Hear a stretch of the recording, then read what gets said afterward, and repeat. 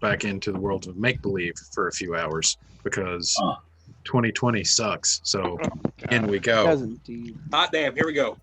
When last we left our heroes, the party set aside whatever differences remained and united to take down Roshan Husp, revealed to be the Butcher of Holmhurst.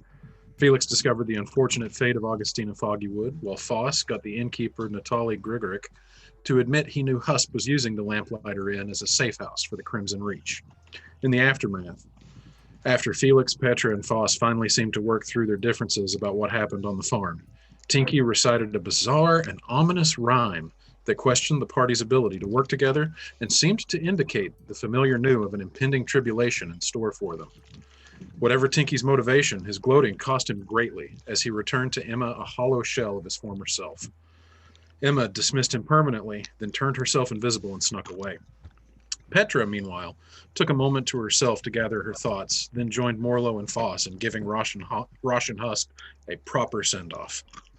Felix went to fetch the guard, but was interrupted with a jaunt to the Astral Sea, where he finally met his divine sponsor and was briefly reunited with his former lover through an act of celestial goodwill. Before having the chance to gather much, if any, information from his sponsor, though, Felix was dismissed back to the material plane as his sponsor rushed forward to battle some unknown and perhaps unknowable enemy. It is just after midnight, the only commotion in the tiny town of Sheridan coming from the recently arrived caravan as they get their horses and wagons settled into the stables. Emma, overwhelmed with her experience with Tinky, sits invisible in a small tree by the riverbank. Natari, having had enough excitement for one night, returns to bed. Felix resumes his journey toward the Guards Corps Keep, while Petra, Foss, and Morlo search for Emma. Aaron, Ben, and Scott, you are heading up the search for Emma. Make survival checks, or choose one of you to make a check at advantage. Just sit over there. I'll do it. What do I need to do? I have a +3 to survival. Who has the highest? Survival? Yeah. I'm a survivor. Mine is +4. Ah, so you take it with advantage unless Petra's is higher. It is not based off of her shaking of the head. All right, I've rolled 18. Okay. One more time, right? Yeah. Okay. Roll it one more time just to see if it's higher. All right, here you go, babe. Here's your iPad. Okay. I had to get my daughter's iPad for her. Okay, Oh, we're I gonna thought take that the- was like the Papa wants a so- new pair of shoes. We'll take the 18, and so looking around the immediate vicinity of the Lamplighter Inn in Sheridan, you take a few moments scouting around, and then you notice Morlo that there is, with the help of Petra and Foss, you notice a small set of what look to be fresh prints, small humanoid heading off toward the river. So you would assume these probably were made by a human child recently. And you You found Will Smith, because they were fresh prints. Oh, my Jesus. God. Oh my god. I love it. Petra takes 14 points of psychic damage. I waited so long to make that joke. That's great. I'm so sorry. Cheers. Okay, so I'm going to point those out to the group, and out of game, and I'm going to ask which of us has better investigation, because I know it's not me. Whoever has the highest 3. intelligence. You Petra does. It's just for TV. All right. So, sorry, what are we doing? Oh, Petra's rolling for investigation. What are we investigating? So follow the track. Hungry? Oh, you Okay, found the path with your survival roll. Oh, okay. That's what was finding the tracks and following them. So the three of you together, putting your heads together, find what seems to be a set of tracks that would match Emma's foot size heading toward the river. So are you following after those tracks, or what's the plan? I would think so. I'm following them. I don't see the tracks. Mhm. I'm following them, and I'm going, Emma. All right. Marlo's going to look over and say, Foss, you might not. Can you just drink your beer? I don't have no beer. Emma's staying quiet, huddle up in her chair or in her tree. Right. So, Emma, you have climbed up into the tree that is just north of Building 11, so right about there on the map Hold on, I that I can't just see. pinged. Can you ping it again? I didn't see. Bing, bing, bing. Am I just Bing. blind? No, I'm not seeing it either. I'm not seeing it. Well, that's weird. I hear the sound effects though. Yeah. Well, that's weird. Is Right only here? Emma? I- There we I- go. Okay. Yeah, but that's weird that you're not seeing mine. That I is see it. very odd. I No, see it. That I just is saw a blue. No, whoever color that was. Shannon's will be green. yeah. Oh. Are you? So you're not seeing that? No, I would reboot No. your roll 20. Yep, Yeah. that's what I'm going to do. But anyway, so yeah, you're just north of Building 11, probably about 20, 30 feet from Building 11, which is the mill house. So yeah, just upstream from the mill house, you have found really the only tree that is bordering the riverbank here in Sheridan. It is not a very high tree. You're probably about 6 or 8 feet off of the ground. So not particularly concealed except for the fact that you are invisible. And you climb up there and you settle in. A few moments pass and then you start hearing Foss calling your name, growing louder, drawing nearer. Ezra starts beatboxing to the rhythm of him doing Emma. Emma. Yep. Emma. Boom, boom, boom, boom. Emma is not wanting to deal with their shit right now. or ever, really, for that matter. Yeah. She's staying still and quiet. Just remember last session. How many times does Emma go missing? Like a lot, dude. All right, so I have a question. When Yep. Tink gave that rhyme, he was giving it out loud verbally. Was he also giving it mentally to where Emma heard it? yes, Okay. so everyone heard the rhyme. And so you're sitting there in the tree. Foss, Petra, and Morlo, you follow the tracks all the way up to this one tree. Roll now. Actually, now we will use your investigation check, Petra. It is not hard for you to notice that there is one bough in this tree that seems to be sinking down lower than gravity itself would indicate is proper. Petra picks up an acorn or a stone, whatever is on the ground, and chucks it at the branch. Let's throw things at the little girl. Brian. Not a lethal throw, just a little toss to see if it bounces off of thin air. Roll a d20 at disadvantage and then Okay. add your proficiency bonus and your dex modifier. It just rolled a hit at disadvantage. What? Just All right. just do So it. you rolled a 6 and a 3. And your proficiency bonus is 2, takes it to a 5. What's your dex? This is a lot. 9. Okay. So you toss an acorn and it just goes. You don't hit anything. So I see an acorn just go right by me as they walk up to a tree. Yep. The group comes up and then a couple of seconds pass and then you see an acorn go right past your face. Petra, are you Can I try trying and to are you trying can I to try feed and a catch it? squirrel? Yeah, you try. Throw right at that branch right there. Grab an acorn. It'll be fun. I guess we'll never find Emma. Oh well, let's have fun playing this random game that I What- just made up. What are we Throw the hitting? acorn at the branch. Can I throw this rock? No. It's not that kind of a game. No. Go away. Oh, what was that? Who's there? I'm so Is there another surprised. acorn up here Oh, that I we're can pick off a playing tree or that. something? I don't know where Emma Shannon. is. Is she Yeah, what, under Isaac? the tree? Is there another acorn up here that I can pick off the tree? Sure. I pick off an acorn and throw it at Petra. Go away.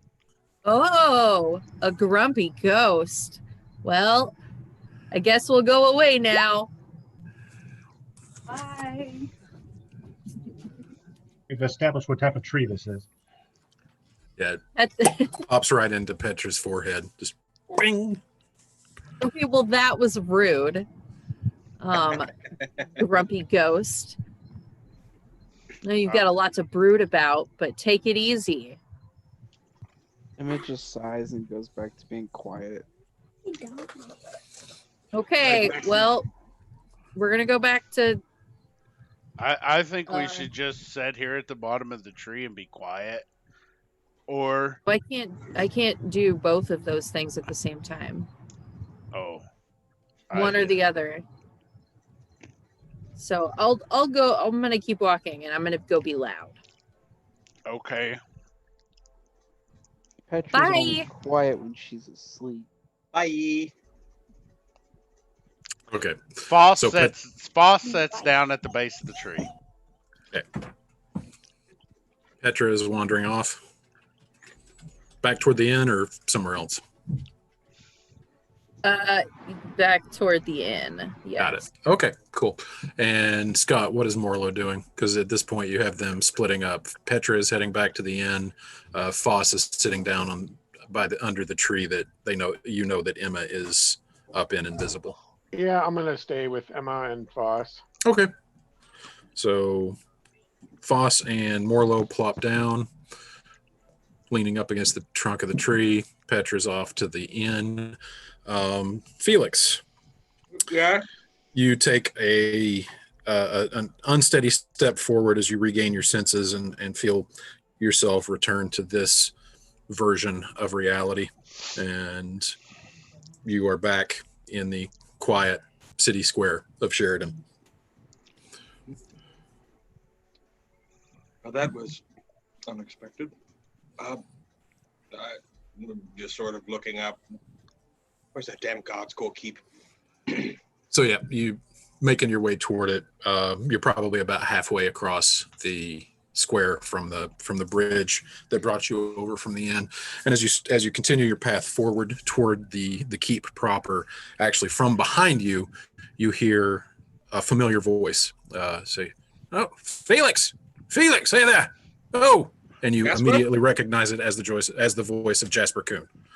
And turning around, you see the elderly half-elf walking briskly. He's beyond the age to run, but he is scurrying his way towards you. Felix will jog up to him. All right. And he just comes up to you and a little bit out of breath and obviously frazzled, brow furrowed. Whatever the stress of this late arrival of the caravan is obviously weighing on his mind, and he just looks at you and he just kind of gets up to you and he sighs a little bit and he's like, before I went out to meet the caravan, you said you have healing magic. Funny you should ask, but yes, let me just out of game. Let me just double check. Well, yeah, I've got one last go in me. I have some healing magic, yes. It's not much at the moment. We ran into a little snag, hence why I was walking towards the Guards' School keep. Oh. I hope everything's okay. The inn was not exactly as it appeared to be. So I would recommend if anybody else is wanting to stay in the inn, try to just stay around the stables. Right. Yes, I know. It's not much to go off of. I've got to get to the Guards' School keep, but I can swing if you're by looking for the and- commander, he's back at the stables. He's seeing us in. Oh, then by all means, let's go. Yeah, let's go. And he leads you back over to the stables, which are just a buzz of activity with horses being unharnessed and brushed and put away for the night, and feed bags strapped onto their muzzles far too late. Then they should have been receiving something to eat, and just inventorying all of the supplies and making sure that everything is still there, and that the wagons look haphazardly piled, like stuff has been changed. Inventories from between carts in the journey here, and in the fray, in the frazzled activity of the stables, you notice Paxidor, the wood elf scout that has been riding back and forth between the lead wagon and the rest of the caravan, and then you see another man, large, heavy set, with half plate on, with an insignia of the Trirexian Guards Corps, looking very much like a farmer's build, just big, burly, probably mid-30s. The only person that you have seen or currently see in the city of Sheridan wearing a Guards Corps uniform. And he's just consistent in any which way he can. And so I look over to Jasper.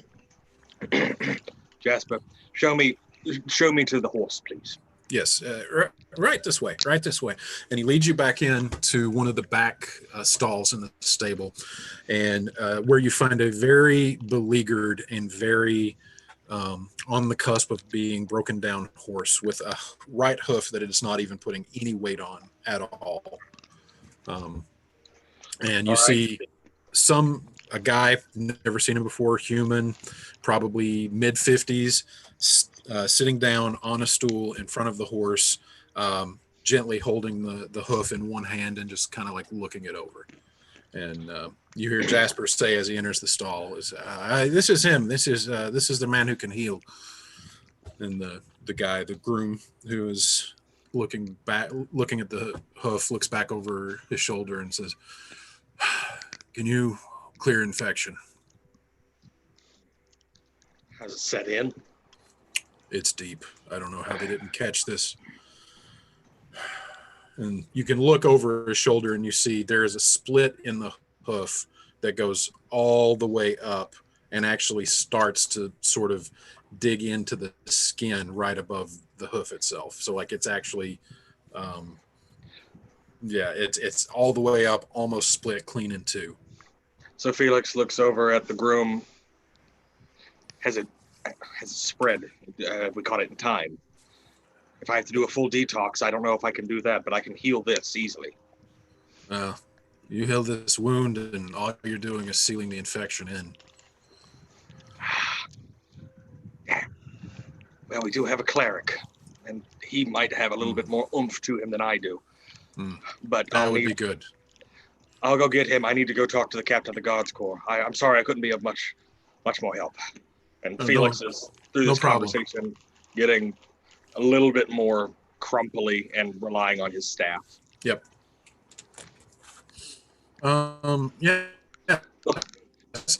Excellent. Yes, why don't you check with Natari and see if he can do something about this? Yes. So he pats you on the back. Yep.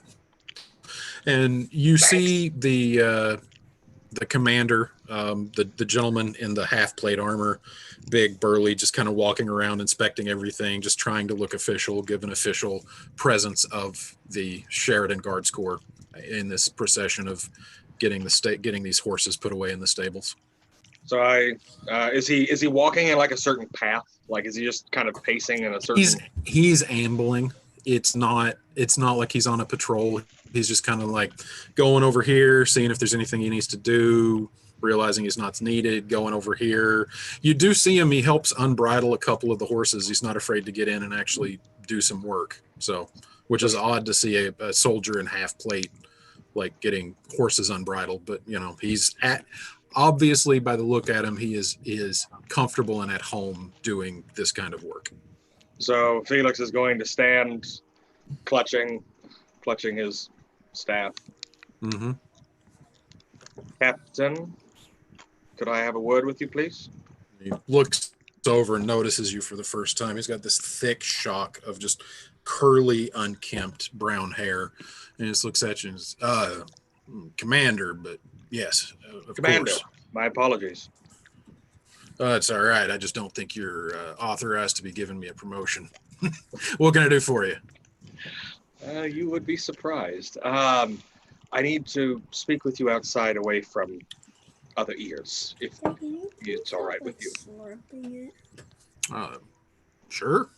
let's go. Didn't catch your name. Oh, Felix.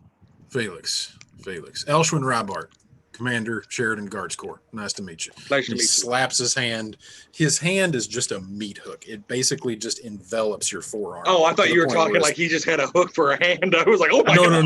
No. I mean, it's just like a huge mitt. Just, I mean, grabs your forearm in an old-fashioned greeting rather than gripping the hand, and it just, his thumb and his pinky are almost touching around your forearm, and it just shakes, and not overly fierce or too much pressure, but just, I mean, an immense hand. This guy is sizable. He says, all right, let's talk outside. Thank you, sir. He walks away from the stables a few feet. What can I do for you? There was an incident at the inn. Somebody get drunk? No, let me explain. So the party arrived. We all came into the inn at separate times. I came in the latest, I believe. And it was Natali and Roshan, his manservant or butcher or whatever he was.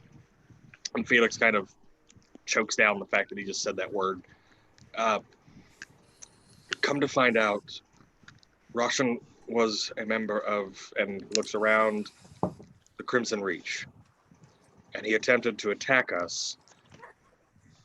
And in the fight, he was killed, and Roshan has been subdued after admitting to us that he knew what he was. And every word you just see Elshwin's brow just furrows more and more and more, and he's just. And then Felix says, and there are bodies in the cellar that need to be taken care of. How do you know he was a member of the Crimson Reach? There's a tattoo on his left pectoral, and he admitted it before the killing blow. He's dead. Yes, he's dead. Natali is still alive, but Natali did say that he was aware of his affiliation, not necessarily what his operation was doing in the basement of his establishment. Come with me. I got to get my weapon. We got to get to the bottom of this, Felix. Yes. I got to just across at the keep. Come with me, if you would, please, sir. Is it all right if I send one of the runners to go get the cleric so it's not too late? Yeah, no, absolutely. That horse needs help. So I lean my head in and I find the nearest stable boy or whoever is available. Can you, or actually, do I find anybody? That's the best. It's easy enough to dispatch somebody to go fetch Natari. Can you go to the inn, find Natari? He'll be asleep in one of the rooms upstairs. Please. Oops.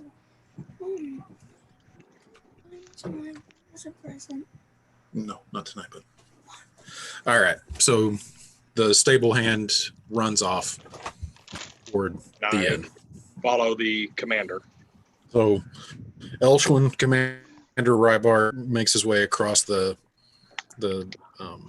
courtyard back to the Guards Corps keep, goes inside, asks you to wait outside, comes back out, and it's a startling sight because he said he was going to get his weapon, and he comes back out with a scythe, like a full 7-foot tall hooked wheat scythe, and he is just walking with it as a walking stick. But it's a very bizarre sight because he is absolutely just acting like this is perfectly normal. It's the Grim Reaper. Yay. Yeah, and he's probably about 6'2", so he's an imposing figure with a scythe. So it's a little ominous. But let's hope he's not part of this. Wait, he's only 6'2"? Yeah. Felix is still taller. Oh, I didn't know Felix was taller than that. 6'4" is what he should be.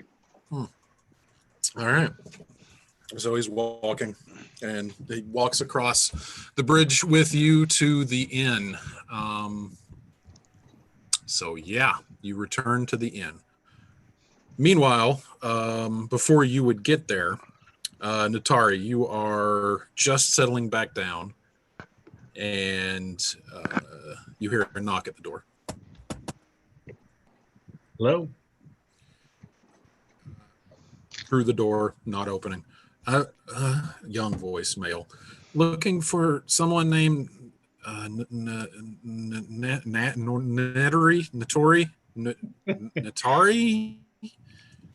I open the door and I say, "What do you need?" Obviously a stable boy by the look of him. And I said, "Your friend with the real pale complexion and the white hair. He said to send for you. We need there's an injured horse, and he said that you would be able to help repair some damage to a hoof or something. I don't know. He just told me to come and find you And we're at the and bring you stable. back. Yeah. I can bring you." All right, let's go. And so he leads you downstairs and across the bridge to the stables. And actually, probably by about the timing of it, you would be passing the bridge as you see Felix and a large member of the Guards Corps carrying a scythe walking the other direction. Sorry to wake you, Natari, but I can't heal that level of infection. That's fine. Where are you going with Dr. Death? Your buddy here told me you ran into some problems at the lamplighter. I'm gonna go ask some questions. Stick my nose in. So, and Felix is he's gonna tap Natari on the shoulder. If you need help, just look with. Oh. Dean's really hungry today. So Felix taps Natari on the shoulder. If you need help, I'll be with you in spirit. And all of a sudden, you watch as Felix's eyes glow and guidance.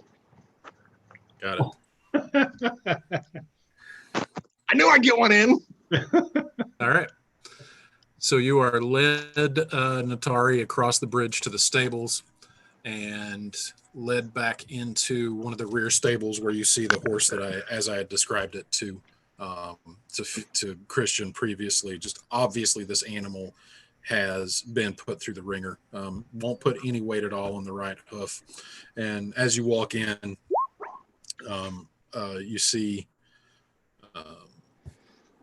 a man who seems to be in charge of the stables here, and he just notices you enter the stall, and he just says, "You the priest?" That's what they call me. Well, Father, this animal has a pretty good infection setting into that hoof, and I don't know if there's anything you can do about it, but your friend recommended you. I think it's nasty. Sheesh. Yeah, and it is just putrid. Just it's pretty far gone. So what am I supposed to do? Throw a spell? Well, do you have any spells that would heal infection? Infection. I got bless. I got cure wounds.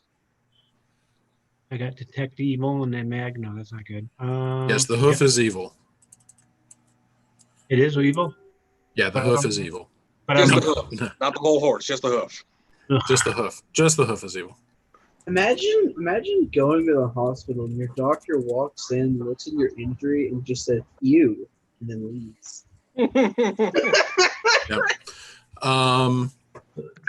Roll me. What is actually? Tell you what. What's your passive medicine? What is your medicine score? +3. So yeah, with a passive medicine of 13, you would know, especially being trained as a cleric of the Blessed Mother, this would be similar to removing a disease. So you would need a spell that would remove disease. Bless up to 3 creatures within terrible. I don't know. So blessing is not doing it, and cure wounds is not. No, cure wounds would close the wound up, but the infection would be caught inside. Spare the dying. Although he could die with infection. Jeez, I don't have nothing. kind of cleric am I? Terrible cleric. Last time I recommend you. Yeah. I'm going to give you a terrible Yelp review. Ow. That hurts more than your words. Yeah, I don't know what I can do. Well, what spells do you have prepared? I don't know what that means, other than I've got Sparing the Dying, Bane, Bless, Cure Wounds, Detect Evil and Good, Detect Magic, Guiding Bolt, Inflict Wounds, which I can do that, Jump, second level, Bane, Bless, Cure Wounds, Enhance Ability, Guiding Bolt, Inflict Wounds, Lesser Restoration, Protection from Poison, and Spiritual. Maybe that protection from poison would help. All right. Roll me a religion check. You can have D4 on this one. Whoops. Oh, I got to go up here and do it. Boom. And then roll a D4. Okay, and D4. D20, D3, D8, D6, D4. Roll. And what you get on that? 1. All right, so that takes your total to 18. With an 18, you are fairly certain that lesser restoration is what would be needed in this situation. Thank you so much. So All right, and so you approach Oh, the you're horse. right. Of course you are. You're the DM. But yeah, you're right. And then Go ahead. saying a prayer, you basically take the horse's paw or horse's hoof in your hand, and you just put your other hand over the top of it, and you close your eyes and you whisper a prayer to the Blessed Mother, and a light begins to radiate between your palm and the horse's split hoof, and you watch as the infection just starts to drain out onto the floor below. And I had a better way of doing it. right, Mr. Miyagi it. Okay. Yep. And the horse has now been cleared of infection. A cure wounds would seal it back up. I mean, Blessed Mother Mary of God. Blessed Mary, well, cure Hail Mary, full of grace, blessed art thou among women. and horses. Okay. So you. Yep. And so then you whisper another prayer and you rub your finger down along the split on the hoof. And as you run your finger down it, it just seals up into a fresh, clean, whole hoof. And you look over at the farrier who had been looking after the horse, and he's just shaking his head, and he's like, "That's the most amazing thing I've ever seen, Father." That's what she said.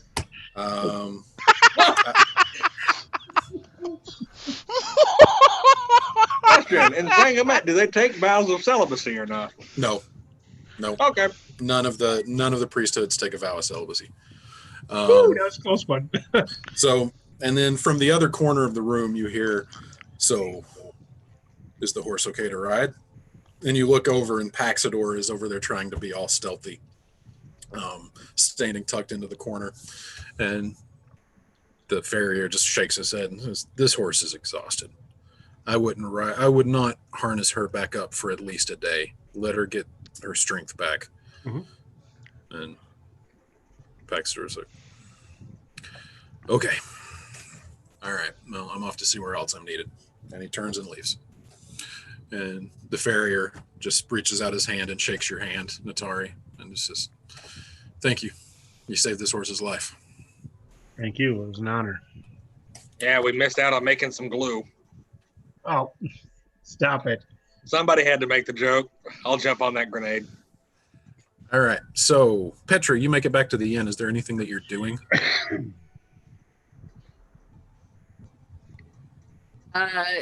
Just looking around for stuff to take. Outstanding. Right? May as well. All right. So let's put you.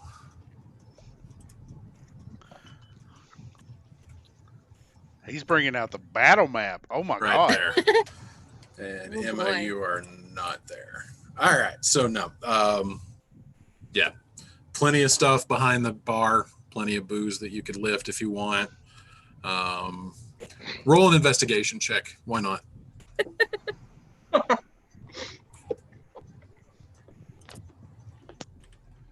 All right, 17. Is there anything in particular you're looking for? All the alcohols.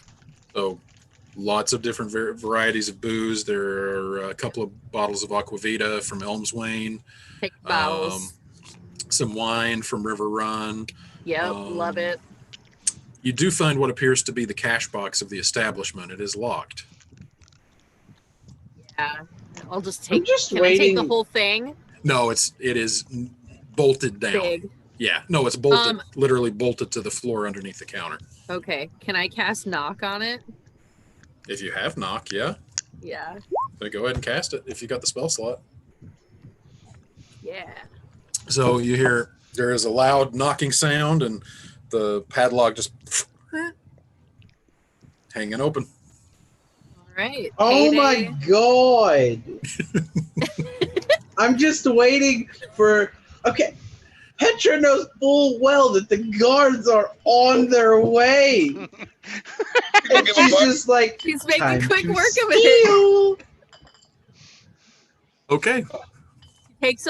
She takes alcohol and she yeets herself out a door or window. Fair Just enough. unnecessarily, just like, fuck it. Poof! Yep.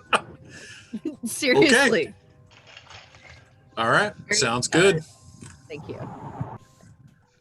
All right. So, and then probably after you go out the window, where are you heading? I'm going to head probably to the stables to try and find Franz. Okay.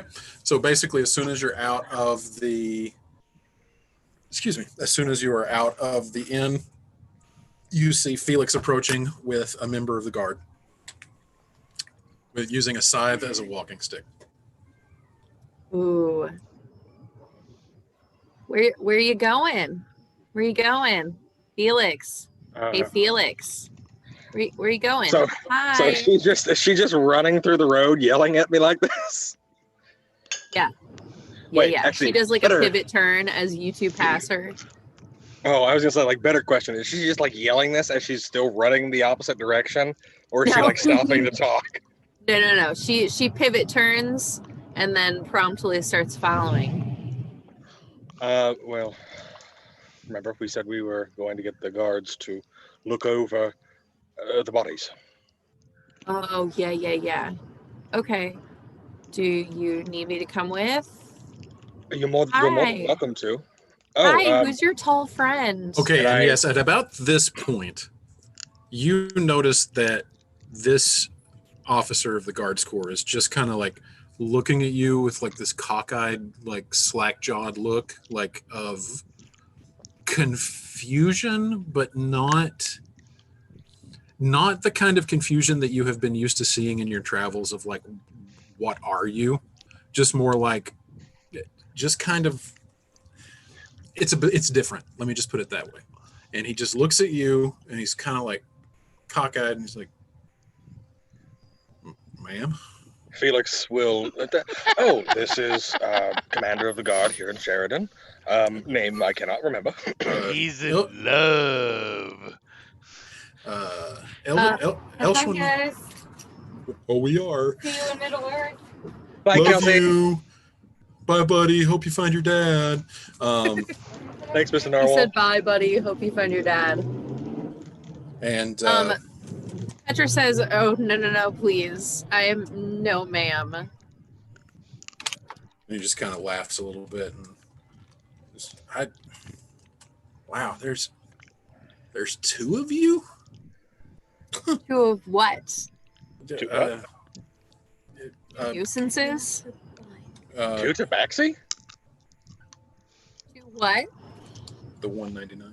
Sorry, guys, just a second. Oh, it's okay. $6.99. I'm gonna pay it back tomorrow. That one? All right.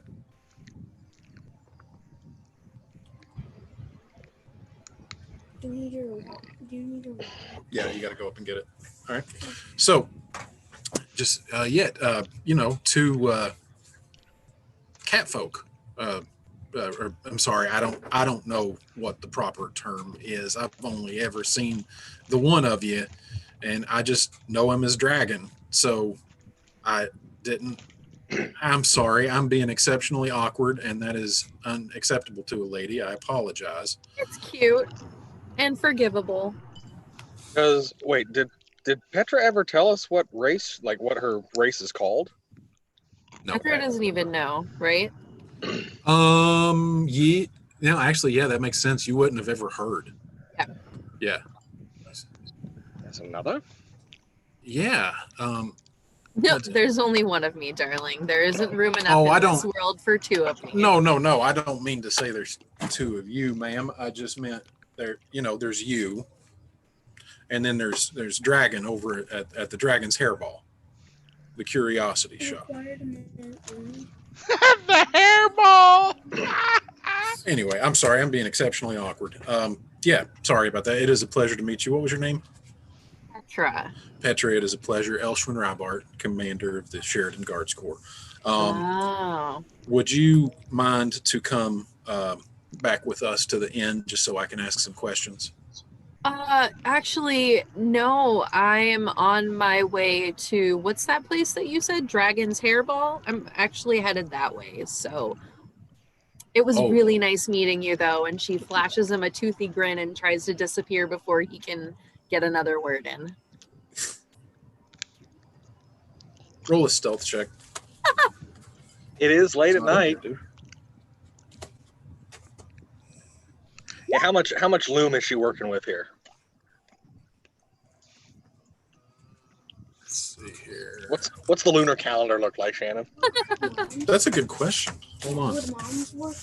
It was just a spring equinox. Would mom's work? True, it was just the spring equinox. Well, yeah, but that doesn't have anything to do with the lunar cycle, does it? That's all I remember. Yeah, I was agreeing That's all with her. I can was like, "Oh, offer.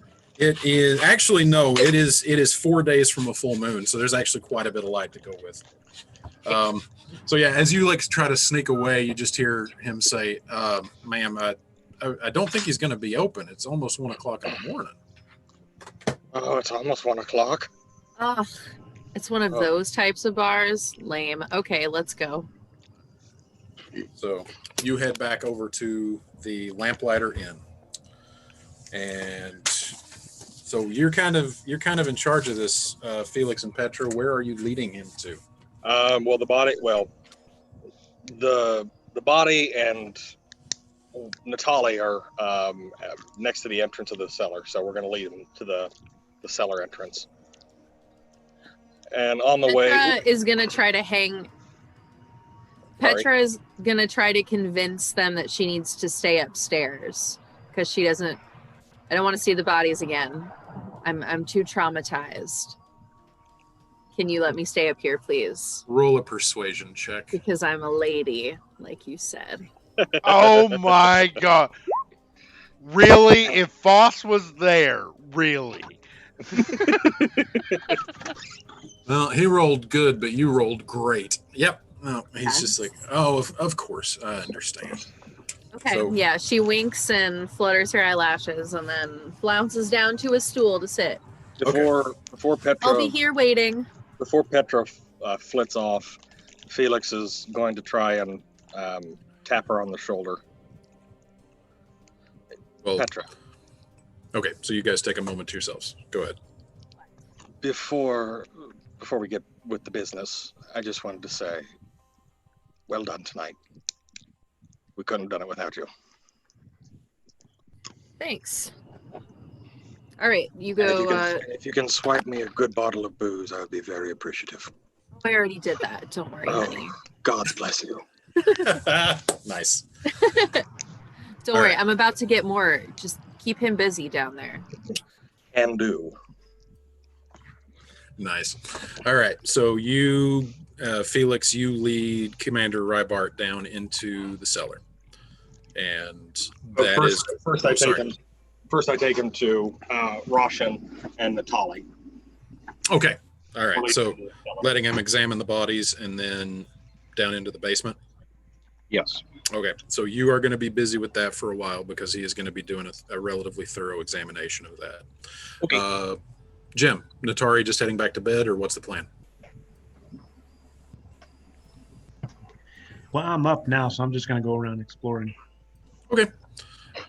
The town is pretty dead besides the stables. This is a sleepy little burg. So the only other activity you see going on is back at the inn. This game brought to you by Pepsi. I'll head to the inn. Not really Twitch. It's not really brought to us by Pepsi. Okay. So you head back to the inn. Emma, you've been up in the tree for probably about a half hour now. Foss and Morlo, you guys have been just leaning down by the tree trunk for that whole time, just quietly listening to the echoes of the distant sounds from the stables and the babbling of the river as it runs by underneath the tree boughs. You know, Morlo. Oh, go ahead. Occasionally, Foss farts or burps, and Morlo just looks at him. I forgot to mute. Sorry, that was funny. Foss says this loud enough for Emma to hear it, but he's like, Morlo, you know, I used to have a daughter. You did. Morlo was the one that started the piss in the corpse, right? I never really caught on to who was the first one. I think it was I think Foss's. it was Foss. It was Yeah. Foss. It was? Okay. I know it was Foss's idea, but I really wanted to do it. Okay. Scott really Okay, wanted to yeah, do it. no, she's not coming down. All right, and I used About this daughter. Tell me. well, her name was Dimma, and she was very young, and she was the light of my life. I did everything I can to help her, and meeting Emma made me remember her even more, and I really don't want anything bad to happen to this Emma girl. I never had a daughter, but a family once cared for me, and I felt accepted by them, and I did everything I could to save them, but I could only save the daughter. So she's very important to me as well. I know I'm not the smartest, and I know I do stupid things, but this Emma girl looks like she's lost something precious, and I feel like she needs protection, and I believe you and I are the only two that have really done their part to protect the little girl. I Yes, don't I know. agree. I don't know what else to do, but that's mainly because my wife always told me what to do, and I did what I was told. And what happened to your wife and daughter?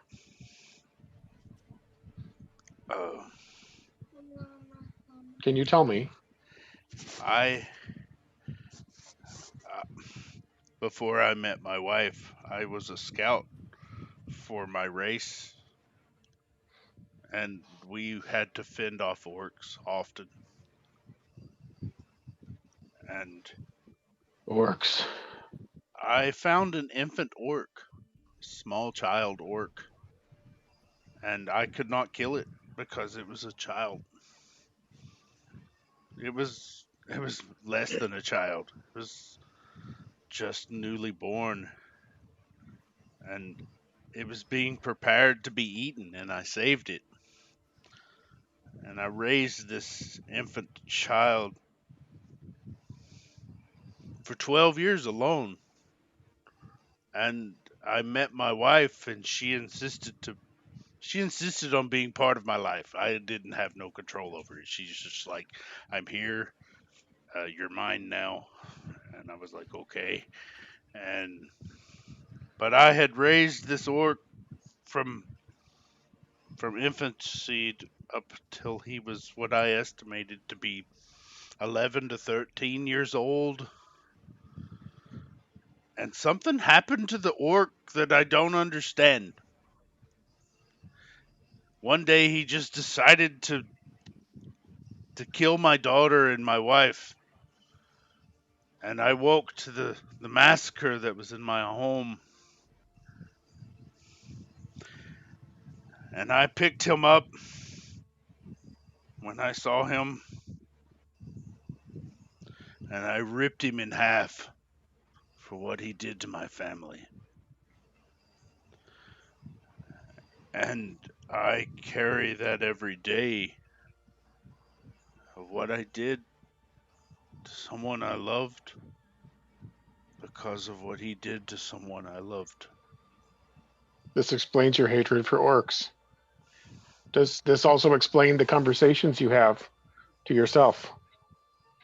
I see my family almost every day, even the orc, and it's so confusing. My 2-year-old daughter is always battling those that I try to battle, and it, along with my wife, I don't know what to do. But I'm trying. I'm trying to fight the want to join them as quickly as possible. Oh, my bud's already in there. And right about this time, you guys notice a weird shuffling in the tree as it seems like somebody is climbing down. You don't see anybody, but obviously somebody that you can't see. With Marlo would like to say to Foss, I can't claim to understand, but please know that I will listen if you need to talk. I And, don't. and someday I will share my story as well. I Just don't. not now.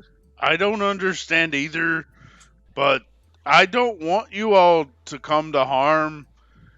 And I know Petra thinks that I tried to hurt her in that last town when I didn't.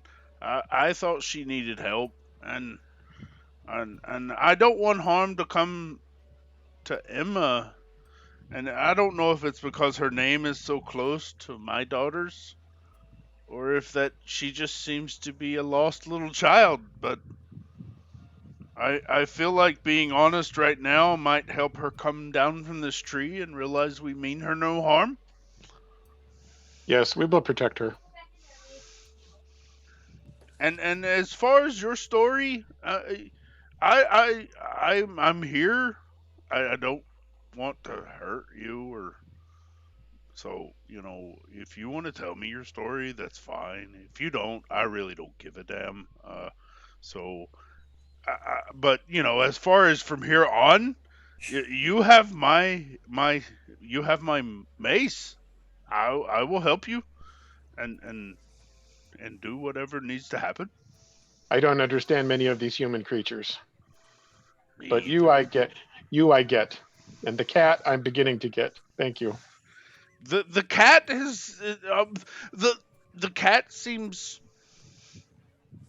too playful. I don't understand the playfulness that she. And she's very sleepy, I've noticed. And she needs attention. Maybe we should talk to her more often. I'm hesitant to pet her. I really like when she sings. Yes, she sings really well, but I'm curious if she purrs. I've heard cats purr before, so do you think she purrs? Do you like Petra? Well, Like more than a cat? To make your own skin. on no. your I mean, cats You're and lizards muted, never. Ben, for some reason. Shit.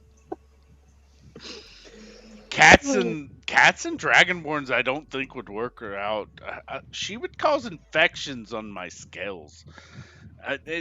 So no, I don't think of it that way. But she is a very powerful woman, and those are intriguing. I mean, do you not like powerful women? I mean, I do. I've been drawn to several. well, I see her as a friend, and if she asks, I would jump off a cliff for her. I would probably do that for all of y'all. I don't know about Natari. He seems a little. He doesn't talk much. I don't know how to read Natari, and he says things that I don't understand, and so I feel like I just need to walk up to him and be like, "Bless me, oh Father." They all, yes, they all say things and do things that are beyond my understanding, but I will protect them all, if I may. Well, I heard something earlier, and I believe that Emma's not listening anymore, and that she has snuck away from us, and so She's what? And I Morlo's going to get up and. Actually, you are relatively certain that she has now copped a squat on the other side of the tree from you. Oh, you guys. okay. So you guys are now, like, you heard her, Foss, you heard her, like, climb down, and then stood for a little bit, and then you heard a small plop beside you. Oh, okay. I just imagine as soon as Morlo heard Foss say that, like, he was sitting by the tree and his head was like slowly sinking into his shell, and then all of a sudden it's like, what? Okay. Then give me just a second, guys. I'll be right back. All right. Okay. Ben, that was awesome. Thank you, Scott.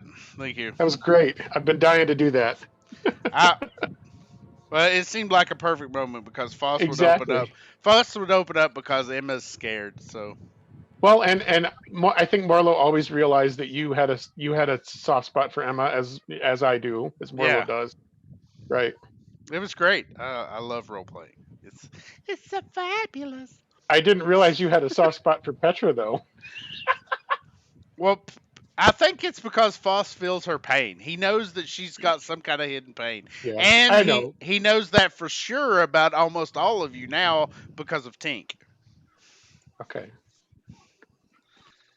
Goddamn Tink.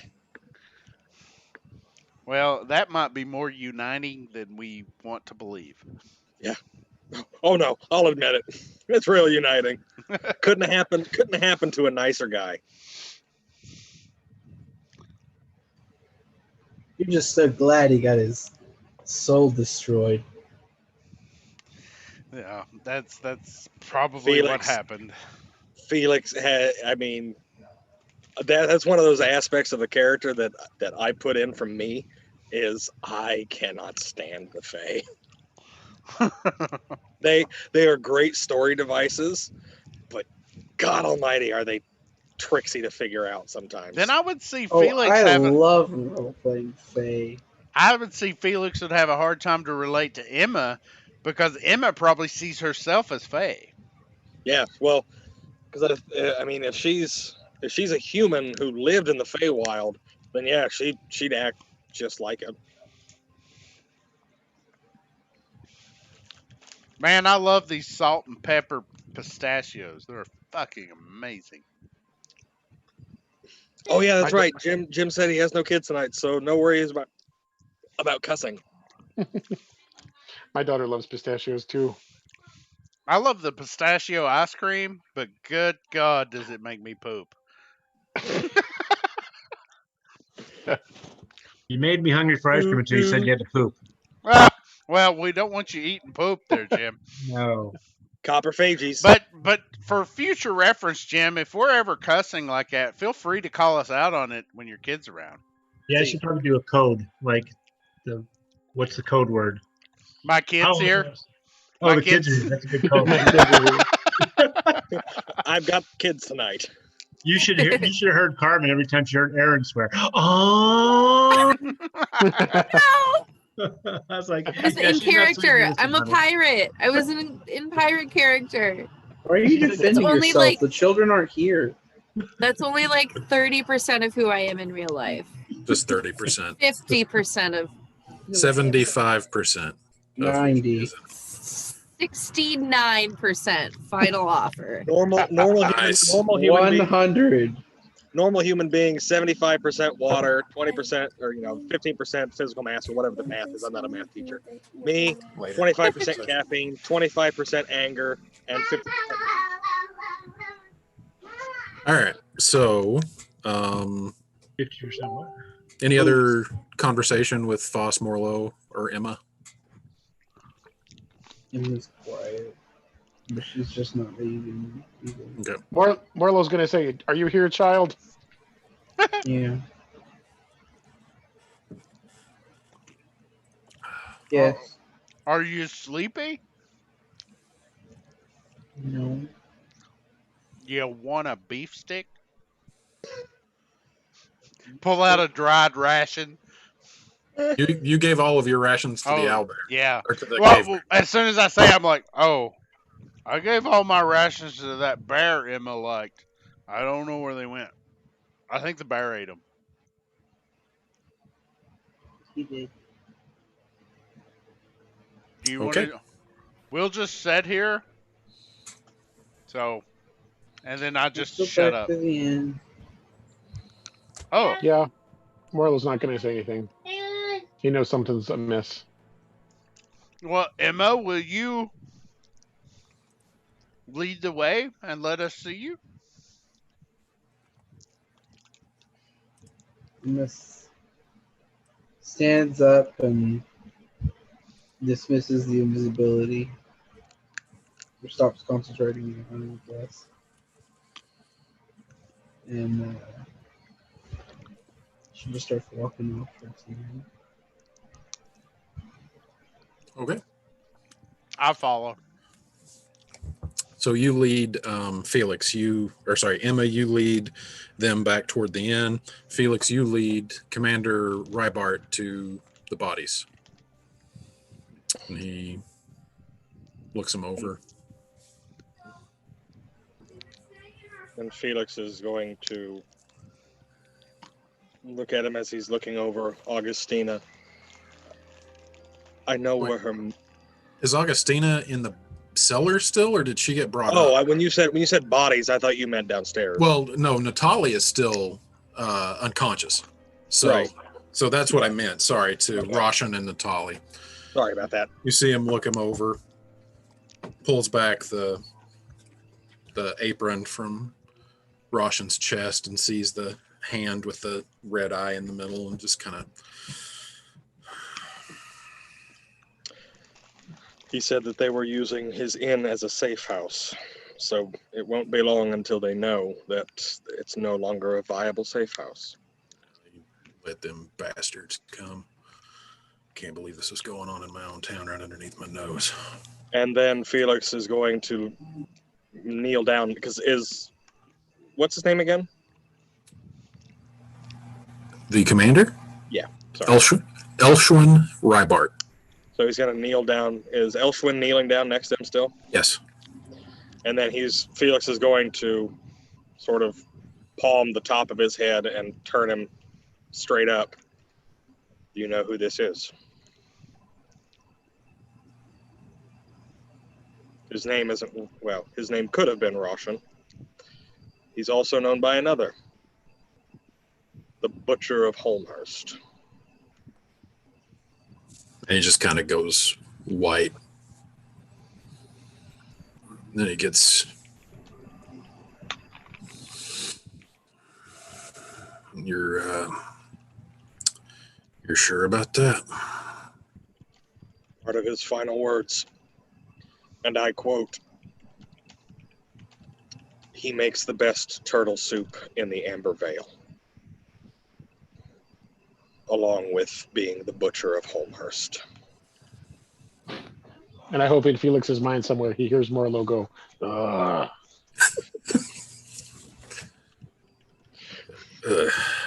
You're.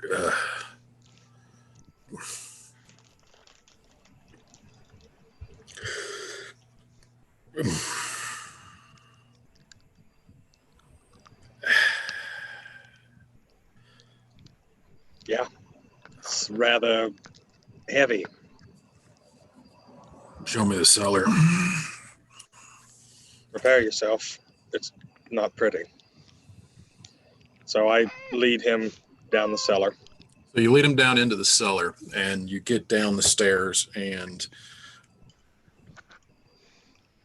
Augustina is still laid out on the table that is there in this, no longer in the kill room, now in the main part of the cellar. And you come down the first, and Elshwin is bringing up the rear, and you get down and around. His eyes move to the table, and you just hear him just gasp, a very bizarre sound coming out of such a large, burly, farmer-looking dude who gives off an air of not necessarily machismo, but I mean, just it's everything about this guy seems rugged, and then the gasp is reminiscent of a little kid that's startled, and he just goes, "That's the Foggywood girl."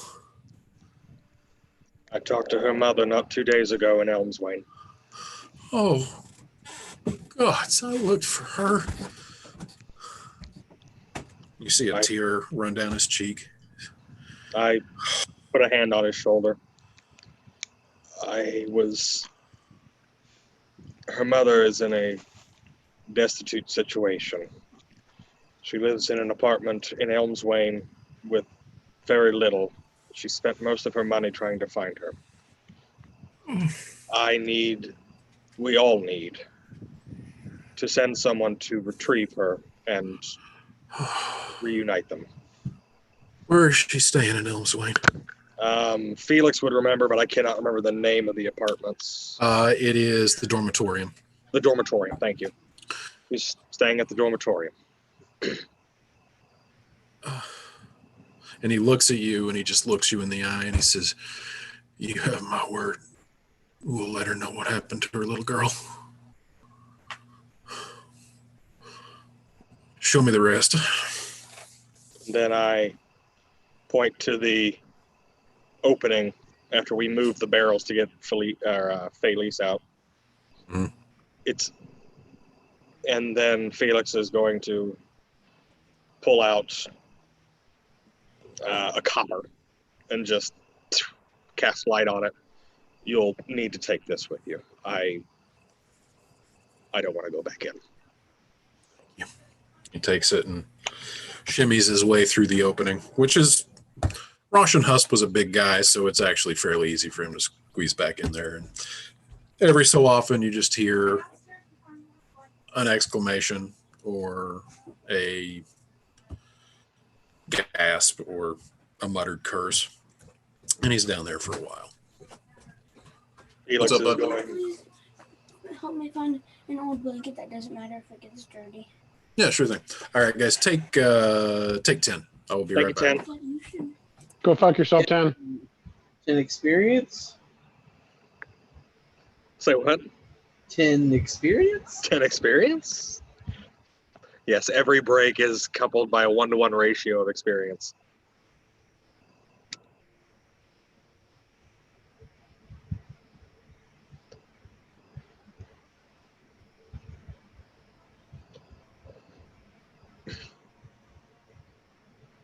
Isaac, what do you have in your hand there? Okay. Oh, like you held it at just the right angle to the camera. It looked like you were eating something out of like a small dish for some reason. No, I've got I'm drawing.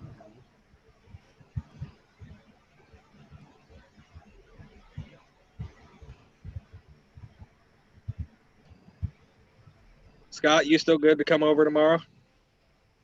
Yes, Awesome. I'm excited. 7, right? Yep, 7. Hey Jim, are you coming? Hell yeah. We might have Jim, Shannon, and Scott. Aaron can't make it, unfortunately. But yeah, bring your butt, bring a lawn chair, bring some booze, and I'll have the fire. And Nice. What's going on? I mean, I don't really think anyone cares about the burn days because I've had a fire on at least 2 days. They don't start with a T. Yeah. I don't think it changes until after like daylight saving. Which doesn't happen anymore. So Well, but that's usually when the city changes over. And it's Saturday is usually a burn day anyway.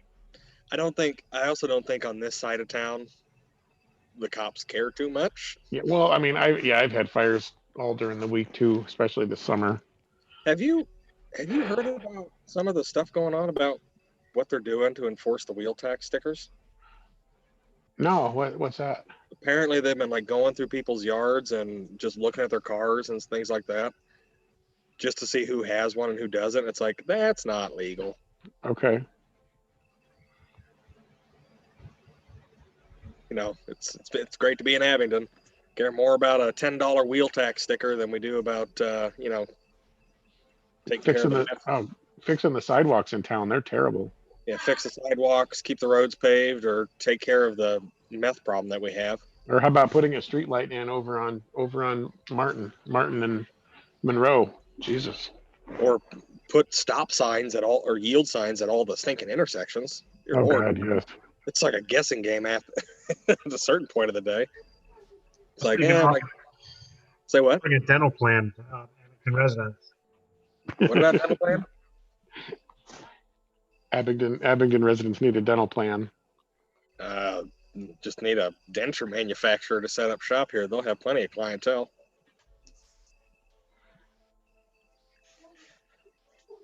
Good old meth mouth.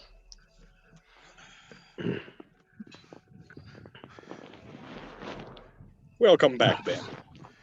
Yeah, I I'll had go grab a bite to eat. I'll be I had back. to get nicotine. Nicotine. Yeah. I hate it. I forget. Do you smoke or do you chew? Smoke. You smoke.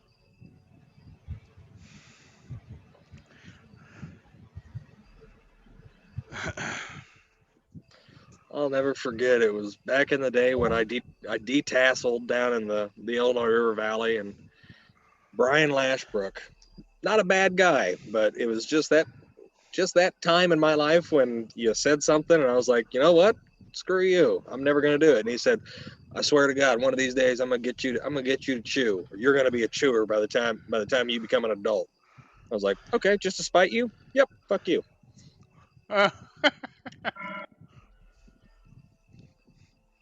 So, never done that. Never saw the appeal of that one. I've done it before on the those little pouches to see if I could quit smoking, and it worked a little bit, and then I started getting that numb feeling in my jaw, and I was like, I think I like my lips. Yeah, I like having a working jaw, a working mandible. Yeah.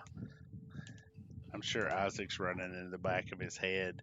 You should like your lungs too. I like the accent. You should like your lungs too. Hey guys, Hey Dino. Lily's at Hy-Vee right now, and she found a stray cat at the side of the building. No, And don't say that. And she's with a few other people that are trying to get the cat so we can bring it home and bring it to the shelter. That's why it's going to be okay. a second. So it's going to be a few seconds. Thank you for the update. I thought you were going to ask if I could take it in. Aaron's like, no, You're just gonna, like, no more. Aaron, No. do you want another cat? Yes. I always want another cat, but I can't. You need it for Why not? character study. Character study. Yeah, you can name it Petra. So what was the inspiration for Petra? Knox County ASPCA, how may I help you? Yes, this is Sarah McLaughlin. In the arms of the angel. Arms of the angel. And here comes Felix, just descending out of the clouds. So, Emma, Foss, and Morlow, you guys make it back to the inn. I think And- Scott is not here He had to right step now. away for a sec. Yeah, that's fine. But Emma, what are you doing once you get back to the inn? Going to bed. Okay. Foss, what are you doing? Emma, do you need to be tucked in? I didn't hear you, Isaac. No. You don't want a story? No. Okay. Well, you want me to stay right here and shut the door? I can't hear you, Isaac. You're going to have to speak up. I can shut the door myself. Okay. Good night. Don't let the bed lizards bite. There's bed lizards? The dragonborn Shuts the door. So Emma, you shut the door and head to bed. Mm-hmm. And as you're getting ready to step into bed, you hear, "That was exhausting. From I thought where? it would never leave." Everywhere. Oh boy, does it sound like mail off? That's exactly what it sounds like. Fuck. Look, I may have overestimated Tinky's ability to be a good friend to you. I have done all that I can to remedy what that weird little shit does. I promise he's not going to cause you any more grief. He'll do exactly what you say. I don't want him anymore. Go away. I feel like we're getting off on the wrong foot here. Fine, you don't want him. I can absolutely understand that. He freaks me out too. He's a little creepy. But let me make it up to you. What can I do? What can I do for you? Help me find Pa. I can do that. I mean, it's not going to be tonight.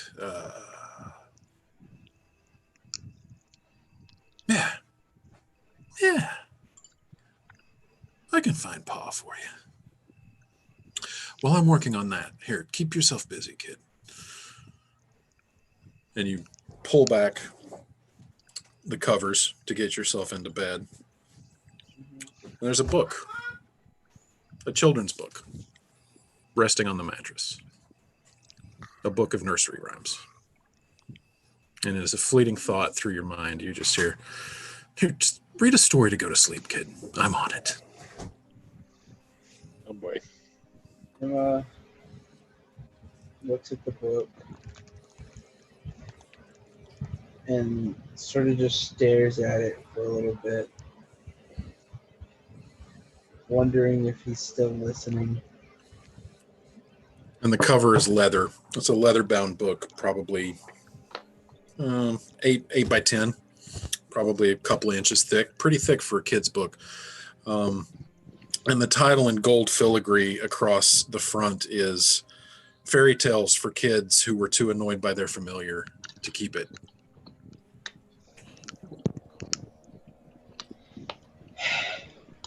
She sighs and opens the book.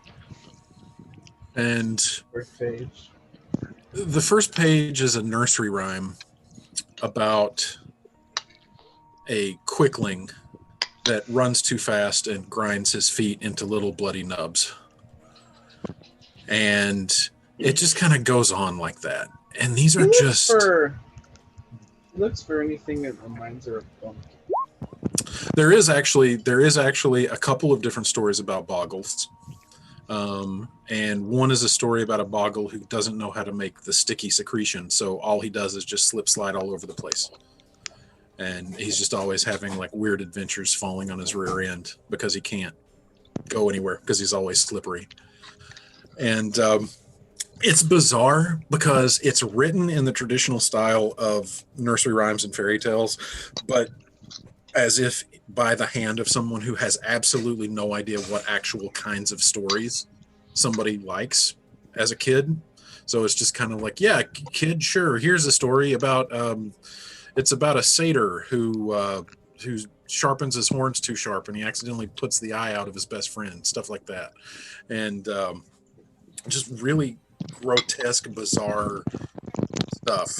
And as you're reading through it, you just feel these bizarre little thoughts flickering through your mind as little esoteric bits of magical knowledge just kind of weave themselves together in your head as you start feeling these incantations implanting themselves in your brain.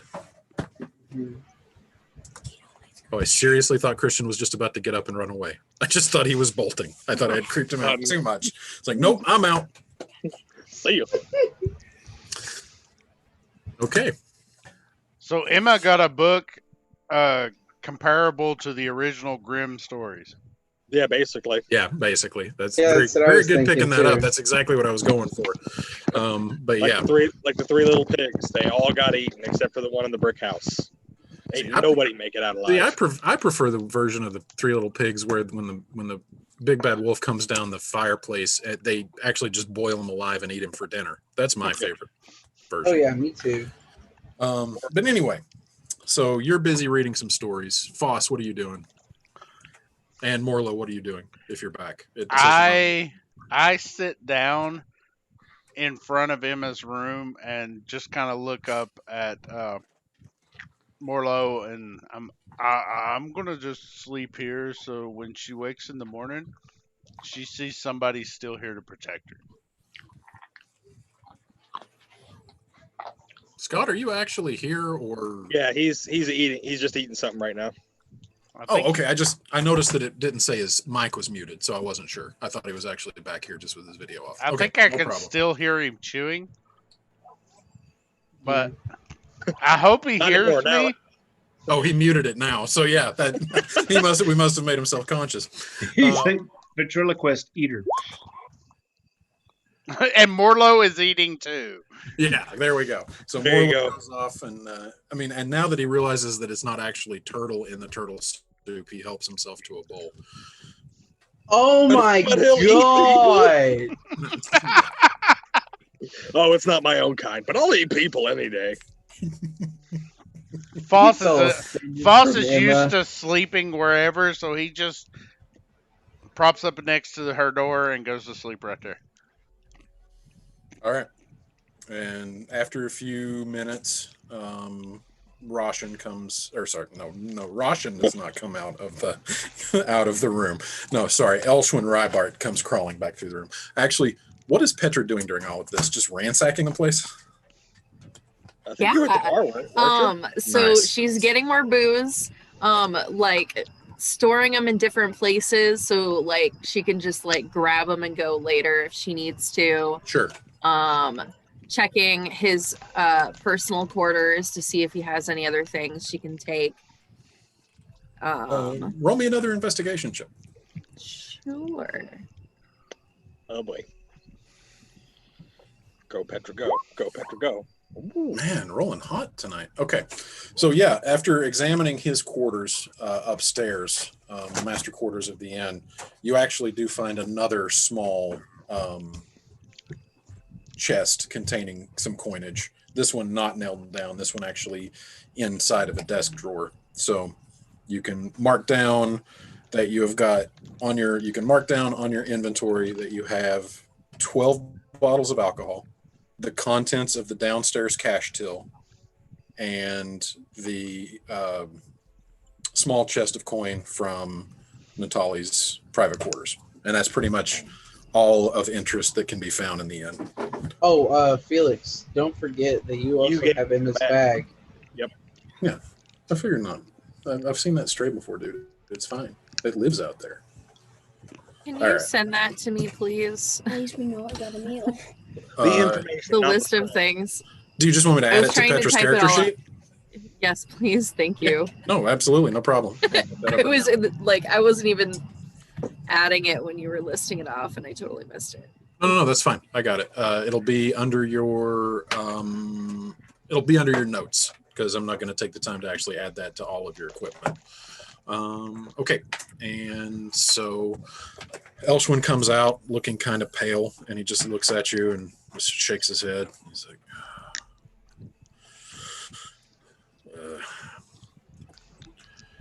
Sheridan knows you and your fellow compatriots a debt of gratitude for taking care of this bastard. I need to talk to Natali. Yeah? I'll go with you. Yeah, Mom? Nothing. Just sitting here. Wow. I was so confused. I was like, Me how is this? too. I was like, who is that? I was like, how is this working? And then I realized, oh, Dean's sitting next to him and yelling. That's why. Hello. Indeed, you're hilarious when you're hungry. Yes, Lord. And he just God, is says, that you? he just says, all right, I need to talk to Natali. We got some things that we need to set straight. Agreed. Mind if I join? I can give you a little bit of guidance. How's that? I thought he said Natali or Natari for a moment. I was confused. I'm gonna mute myself. Yeah. Yeah, I think that's appropriate. All right, let's go. I'll keep a hand on your shoulder and I'll give you a little bit of oomph when you need it. All right. And so he goes up and grabs Natali Grigoritsk's unconscious form, throws it over his shoulder, and starts heading back toward the Guards Corps keep. I follow suit. Okay. So you're going to, Felix is going to be busy for a little bit. Mhm. Emma has bedded down. Foss has bedded down. I assume Morlo is probably bedding down, unless Scott says different when he comes back. Jim, is Natari headed to bed for the evening? Or you unmuted and then immediately remuted yourself? There we go. And now I think you might have frozen. Okay. I was people watching in the inn. Did I see? People watching in the tavern. There is nobody in the tavern as of right now. Oh, then I'm heading to bed. Okay. And then after Petra ransacks the owner's room, are we sleeping in the master quarters tonight, Petra, or what's the plan? No, we are not sleeping in the master quarters tonight. We are going back to our own room. Well, own room that is shared with Emma. But yes. No. She's going to steal someone else's bed, actually. Oh, yeah, no problem. Easy enough to do. The inn is relatively empty. Okay. Who's already in their bed? Emma is in bed. Foss is actually asleep in the hallway outside of the room that Emma is sleeping in. Okay. Natari has retired back to his room. Scott mentioned in text that he's going to sleep as well. Yep. Yep. So Morlo is asleep in the room with Natari. So basically everybody is bedded down. Foss's bed then. Okay. All right. So that puts you in the same room as Morlo and Natari. Yeah, that's fine. Okay. All right. And one by one, everybody except for Felix drops back off to sleep. Wait, does Petra know that Emma came back? Did anybody tell her that? No, but she does see Foss asleep by the door to the room that you had been sleeping. Okay, yeah. So it's not that hard to figure out that if Foss had been left at the tree that Emma was in, and now he's back. Aaron, did you just snoop boop yourself? Snoochie boochie. Snoot boop. All right. And one by one, you all settle back down to sleep. Except for Felix, but Felix is going to be busy for a little while. And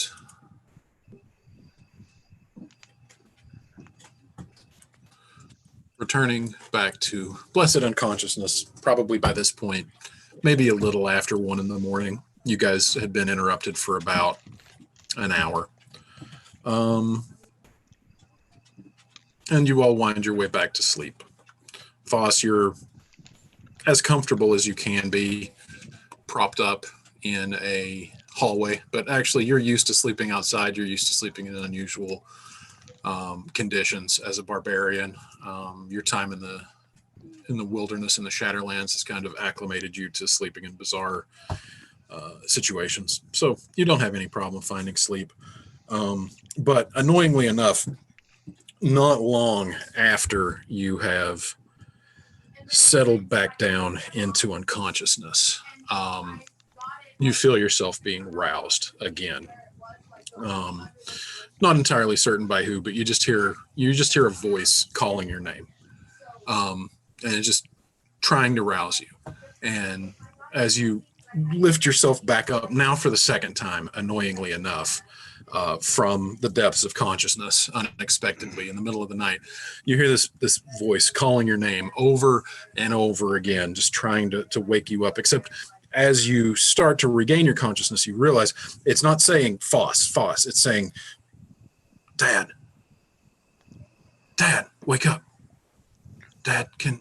As soon as I realize what it's saying, I dart my eyes open and force consciousness. So you open your eyes, and there, with you in the hallway, you were still very much in the hallway, with shadows casting their light through the windows on either end of the hall. You see your son, Verdant, sitting the way that you've seen him sit so many times around the campfire, with his legs crisscrossed and his hands folded in his lap, and he just looks at you and he says, Dad, can we talk? I don't reply. I look at him with malice. And like I'm listening, but kind of like that face that you give when you're not going to reply to your kid, but you're going to listen.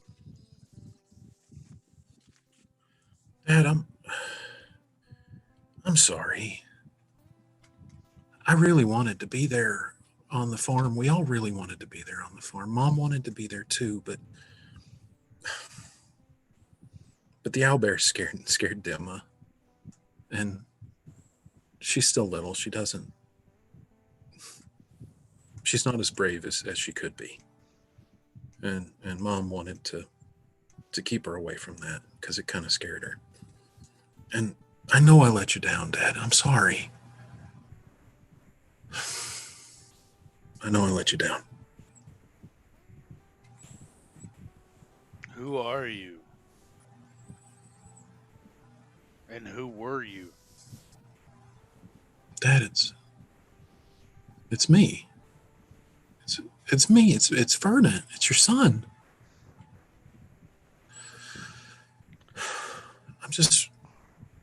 I'm really confused, Dad. Why did you do that to Dimma?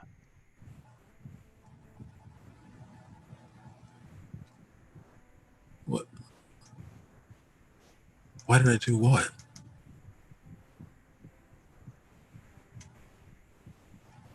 Foss doesn't reply.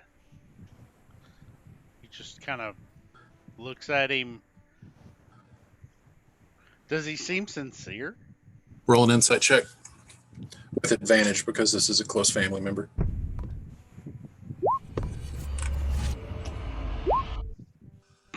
Wow. Son of a bitch. You know your son. I mean, you raised this kid from a helpless infant until the cusp of manhood.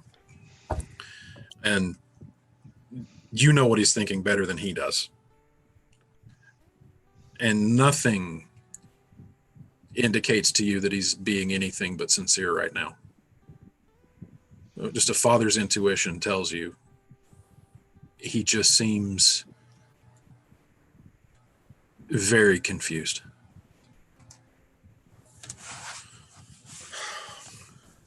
Dad, I don't... You seem just... Something happened to you, son. Yeah, I know. And to Mom and to Dimma. I don't know. Why are we on this side, but you're still over there?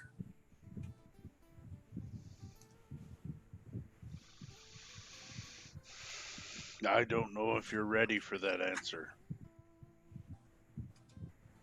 just so you know, Shannon, I, Mhm. I raised this kid with 100% honesty, and when I kept things from him, he grew to understand that I was keeping things from him for his own protection. Sure. Okay. Good to know. Lily!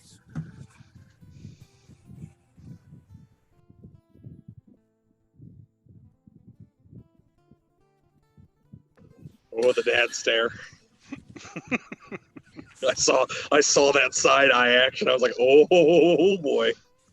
He knows better. All right. But I remember. I put you to bed one night. Yeah, and you gave me a goodnight kiss, and then you'd already put Dimma to bed, and then I remember you went to bed with Mom, and then I remember having a really bad dream, and then I woke up. Son, tell me about this dream. It was scary. I was just watching terrible things happen to the people that I loved, and I couldn't do anything to stop it.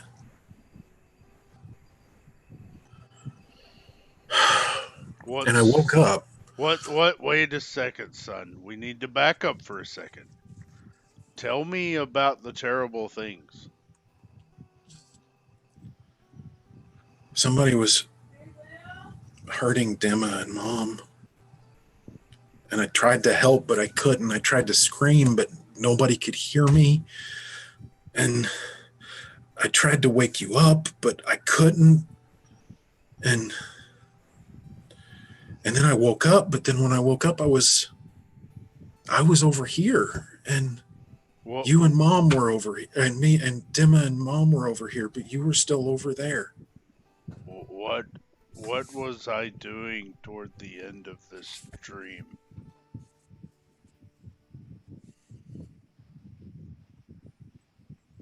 I remember you screaming something, but not like you were in pain, like you were angry. And I was afraid that I made you mad.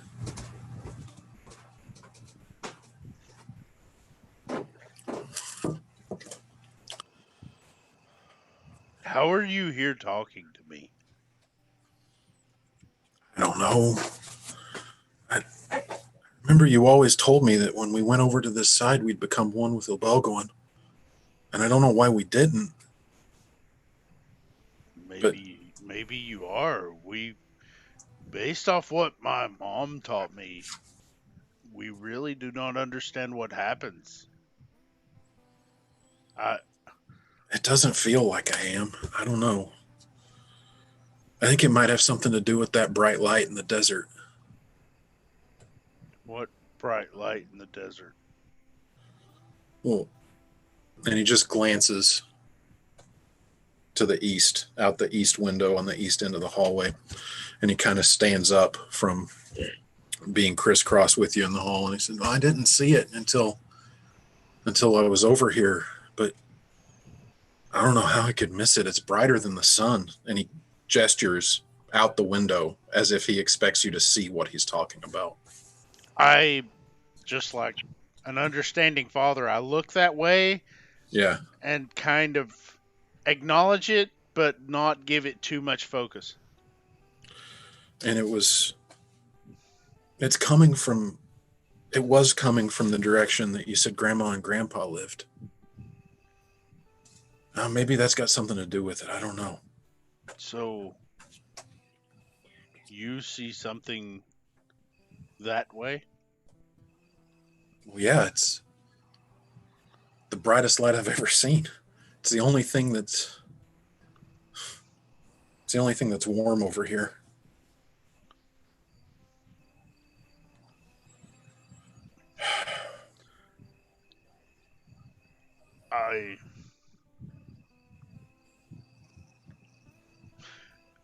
Do you remember, son, when we were hunting and you got extremely sad due to what had to happen in order for us to eat? Yeah, I remember that. And I had to explain to you the circle of life. And while I was explaining that, we were attacked by a crazed animal that I told you had rabies. Yeah, I remember. Do you remember how I explained that the animal that attacked us didn't understand what it was doing? Yeah. I'm going to have to give you a hard truth right now, like I've always done. You see him grow serious, and he sits back down across from you, and he crisscrosses his legs again.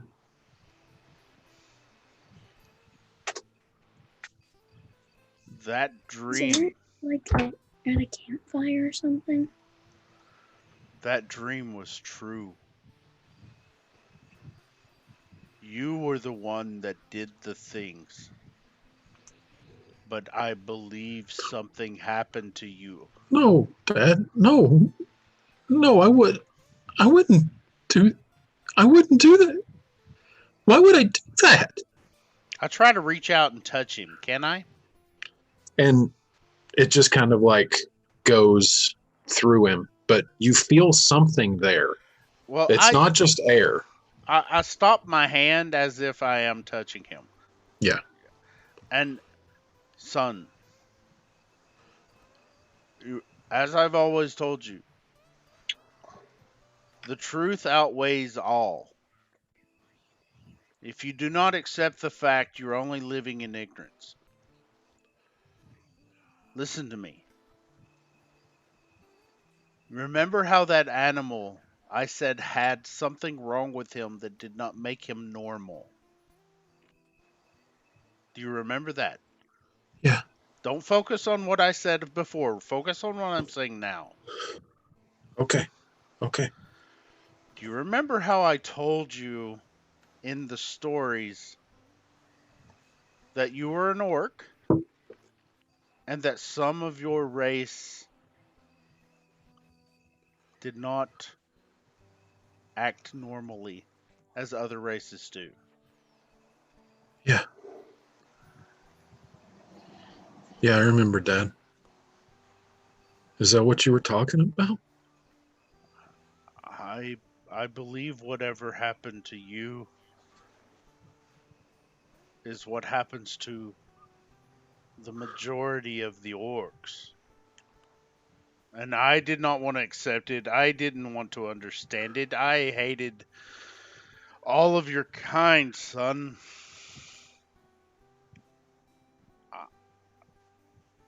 That dream where you thought I was angry with you? Yeah. I was angry with you, son.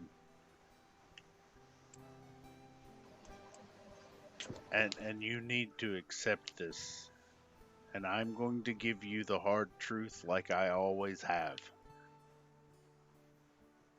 Whatever took over your mortal core, you killed Dima and Mother. That's the reason I have not spoken to you.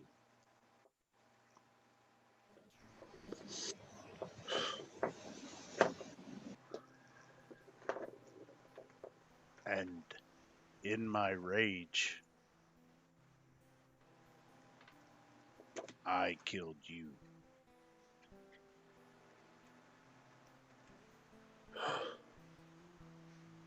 And I do not understand why, but I have heard yours, Yeah. Dima,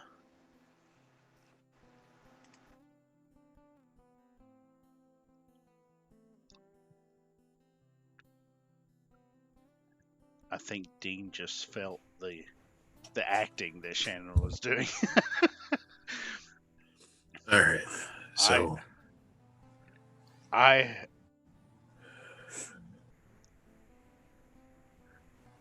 did what I did, and I tried to join you, and I failed. But all I have heard is yours, Dimma's, and Mother's voice every day in my head since then, telling me to come where I'm at, and I don't know what else to do.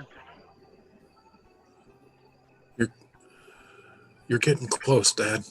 I don't know what it is, but there's a darkness. And you're getting closer to it. I can feel it.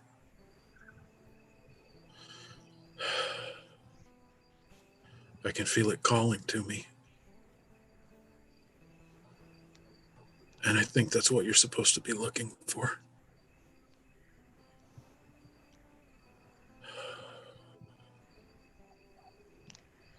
It's important you keep looking, Dad. Mom says it's the most important thing in the world. Is it? And she says that's why we're still with you. Is it where this light is that you see? And I turn my head looking that direction. And as you turn your head, he says, no, it's that way, down the other hallway. No. And he says it's to the west. And it's important that you keep. I think you need to talk to the pale one, the one with the white hair. The one with the weird wings? Yeah. He's got friends on this side. He might know more.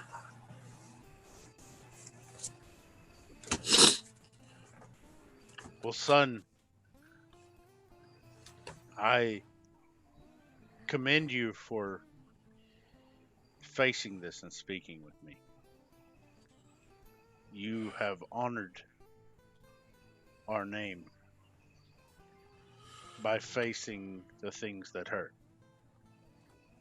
You've done a better job than I have in facing such pain. I can understand why you're so angry. It's not so much anger as it is disappointment.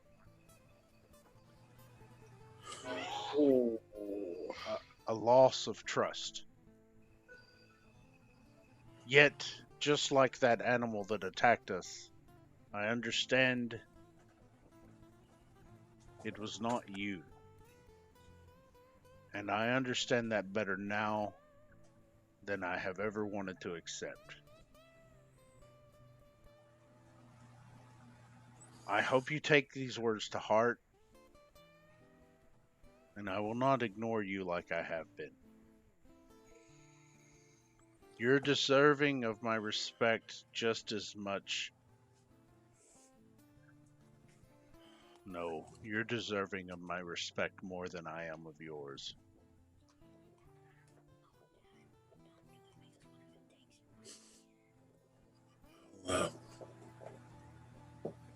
I'll make this right one way or another, Dad. I act like I'm holding him on the shoulder like I always do when we're talking as family like this. And Yeah. Look at him in his eyes, and you are worthy of my name. And I will prove to you that I am too.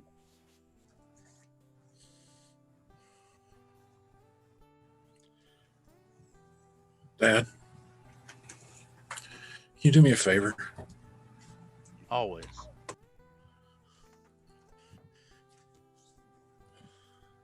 Don't tell Mom that we talked. It's against the rules. Let me ask you a question, Little Leaf. When have we ever been able to pull anything over that woman?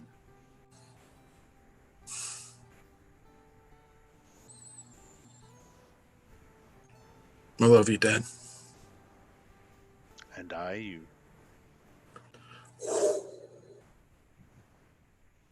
And in a breeze, as if blown away on the wind, he's gone. Is there a window to the west? Yes. I go and stare at that window, not going to sleep for the rest of the night. Okay. Felix. Sorry, I think a train's coming, so just be ready for that. No worries. You're the last one awake. Are you just assisting with the interrogation? For the sake of brevity, Yes. Commander Rybart uses a variety of techniques. What if we're not into the whole brevity thing? You guys are the ones who are getting elbowed out on like spotlight time. So if you want to role play this through to hear how it happens, I'm fine with that. I just don't want to be focusing so much time on individuals. So if you want to do it, I am fine with it. That's up to you guys. I remember role-playing out purchasing salt. Yeah. Yeah. We could go into so much detail back then. Because it's frozen, will that reset mine? No. We agreed on 2 gold for 2 pounds. I swear to God. Not 1.9. I remember so many times when you guys would just be like, okay, I need to go buy a loaf of bread. And I'm like, okay, you buy a loaf of bread. And you're like, well, no, we're going to role play it out, right? Damn it, I said pumpernickel, not rye. Come on. Man, you know I still got notes from like these shopkeepers' names that you pulled out your rump. Yep. Please tell me there was a Phil in there. Or Jim. I really can see Dad just being like Shannon's like, and there's an innkeeper, and Dad's just, what's his name? Bob. McCroffley needed these names, trust me. What, Bunny? It's frozen. Okay. So what we do? Okay, so that's up to you guys. If you want to brush through this briefly, we can, or if you want to role play through it, we can. That's fine with me either way. Foss is just staring out this window until somebody says that he needs to stop. So okay. So I will say that Commander Rybart carries Natalie Grigoric into a back room in the Guards Corps Keep. This Guards Corps Keep is much smaller than the Guards Corps Keep in Elmswain. It's actually just basically one floor, one big building divided into 4 rooms, and one of the rooms in the back is a room that looks like it is a holding area, which is currently unoccupied. And Commander Rybart just walks in with Natalie over his shoulder and just slumps him down into a chair, and then goes into the other room, and then a few minutes later comes back in with a bucket of water and just splashes it right over the top of Natalie's head, with the bucket like worn like a lampshade over his head. And that the old stealing glitch in Skyrim, put a bucket on the head. And Natalie just kind of spurts and sputters and comes to life. And who's the first one that he sees? Well, he reaches Commander Rybart reaches forward and takes the bucket off of Natalie's head and makes eye contact with him. Okay. And he leans forward and he says,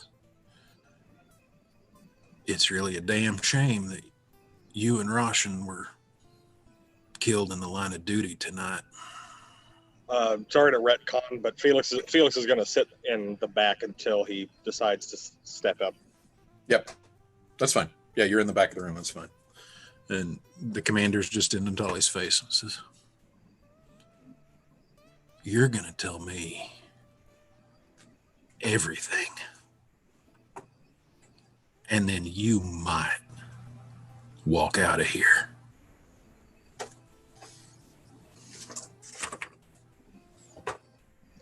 Back of Felix's head. Good opener. Well done.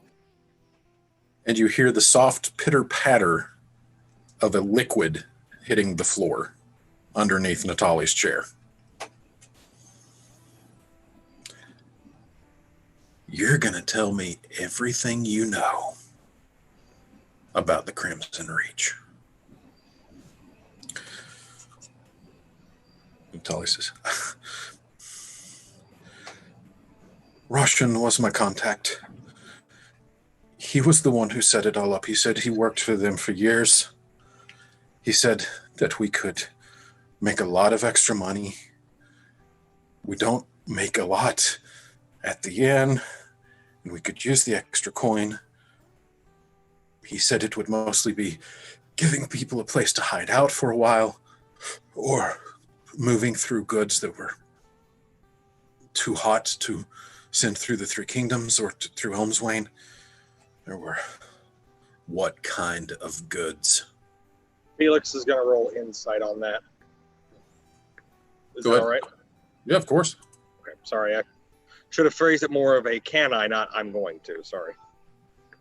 Yeah, but insight's kind of the one check where you actually could, as a player, have some... Which one came first? The two. Nope, I don't know shit.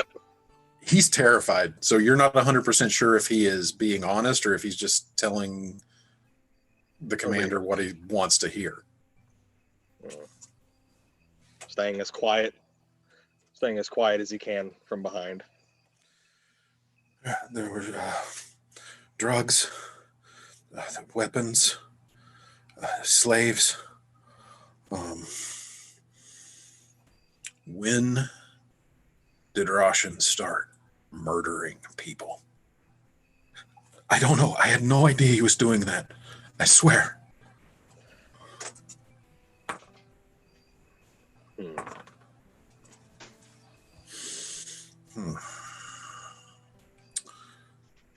What was your contact? Who did you report to higher up in the Reach? Most of the communication came out of Felden. Some from the cities, some from Sorvel. All over the place. They're everywhere. Sorvel, you say? You see Elshwin look back over his shoulder at you, just kind of giving you a quizzical look. Natali, I don't know if you know this, but you have me to thank that your skull wasn't smashed in by about 350 some hulking pound of Dragonborn. So, you're going to be exceedingly honest with us. How did you meet Roshan?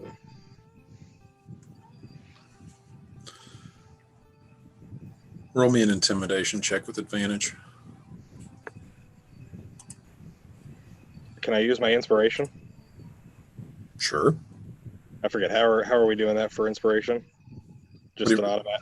It's a mulligan. It doesn't. You don't have to say it before. It's you can do it after the fact if it's a bad roll. Okay. With advantage. Wow. Okay. Okay. Yeah. So we'll take the 23. Okay. Is a success on your part. Sorry. What was the exact question you just asked him? How did you meet Roshan? I was advertising for a cook, and he came in and he applied, and he said that he had experience, that he used to be a butcher in Holmhurst, and he... I look over at the commander. He is glancing sidelong at you. Look back over at Natali. His cooking was excellent. He cooked me a meal, and it was fantastic food, and I need the best that I can. When did you find out that he was working with the Reach? He had been working for me about a year, and then he approached me and said, would I like to make some more money? And I said, of course I would like to make some more money. Who wouldn't want to make some more money? And actually, he doesn't do this because he's tied up. And he says, how did you get out of your mind? And I said, what? And he said, I have friends who need places to stay to lay low. And at first he didn't tell me that it was the Reach, just that he knew some people who were into some shady business and they needed to get out of the Three Kingdoms. And it went from being a safe house to running contraband to human trafficking. And it was always more money, but it was always more being asked of us. So let's review. So you met him by chance. You had no idea he was with the Reach. He told me later that is who he was. I'm not done. Sorry. Then you found out he was engaged in illicit activities, and you went along with it. And he looks up at the commander. I look over at the commander as well. My, if that doesn't sound like an admission of guilt, I don't know what does. How should we proceed, Commander? Such a precarious spot he finds himself in. Just smiling, kind of the wicked, smiling back at Natali.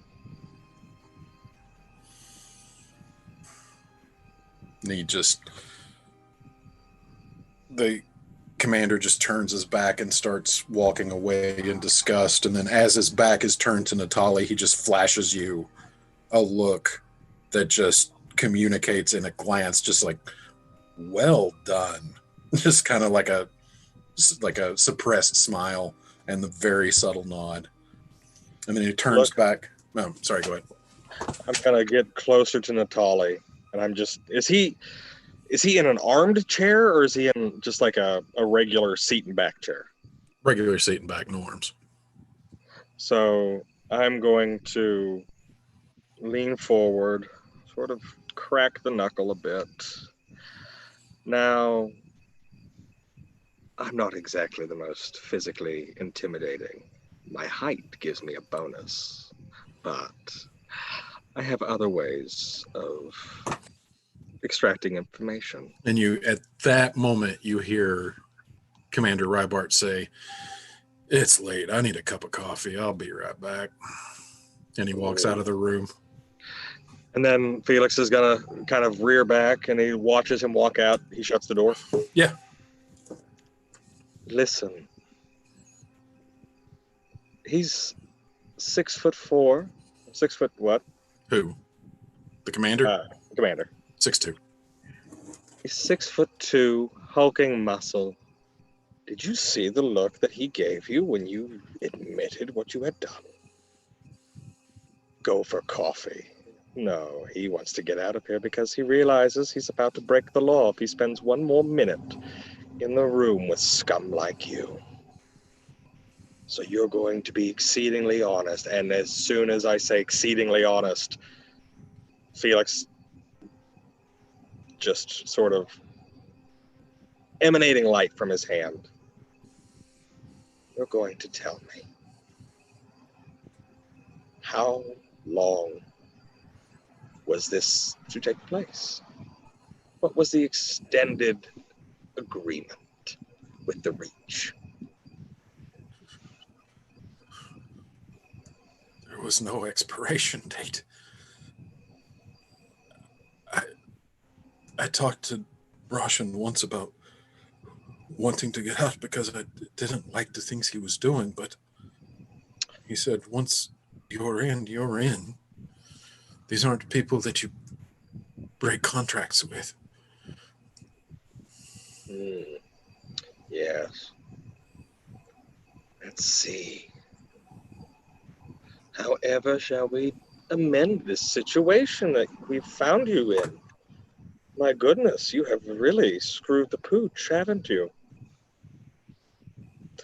I wonder if there could be some way that you could alleviate the anger that the commander feels towards you at the moment. Maybe, just maybe, information about other operations in this area, scheduled visits, maybe the next visit from members of the Reach to Sheridan, or perhaps...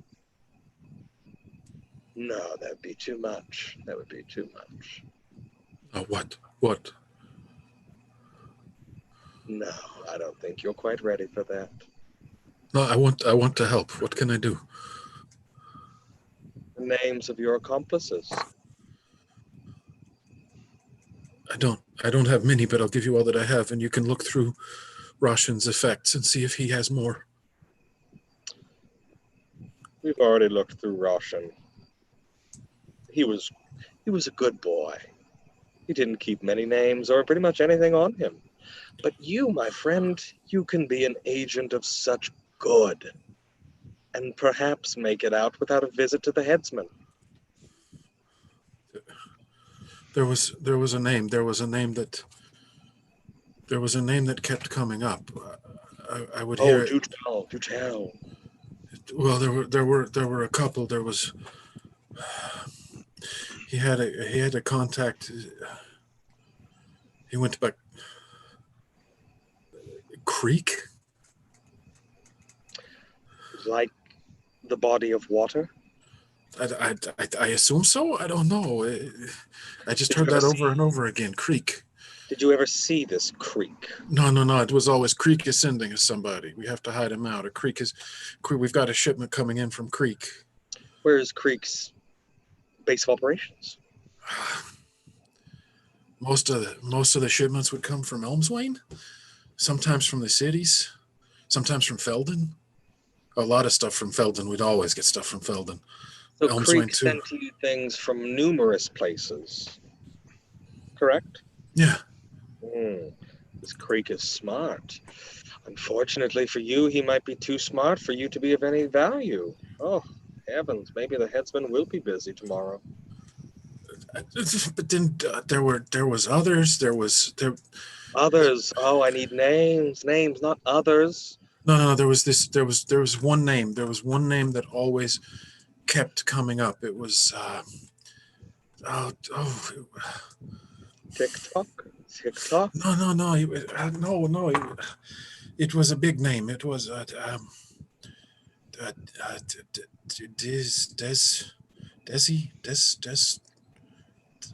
Desmond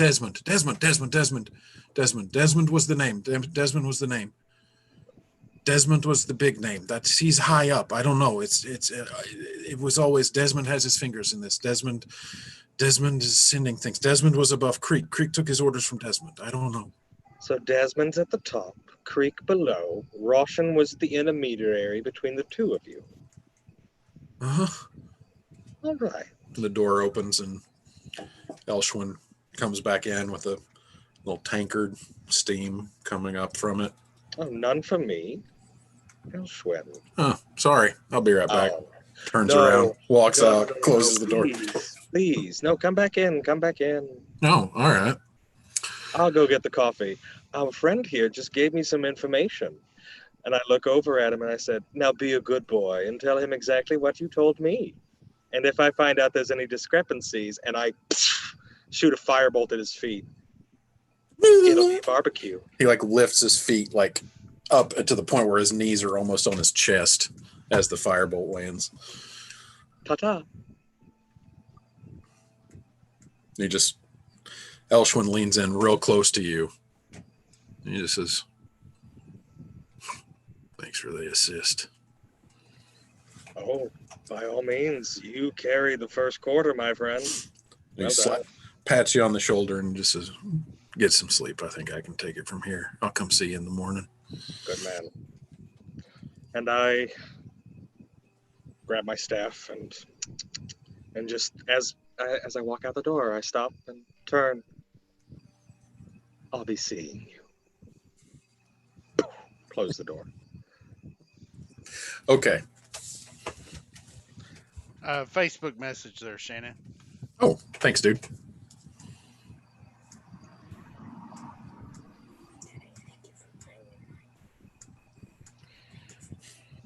Oh, yeah, sure, dude. Sorry about that. I wasn't even thinking. We're not really doing anything with the map, but yeah, I'll put one on there.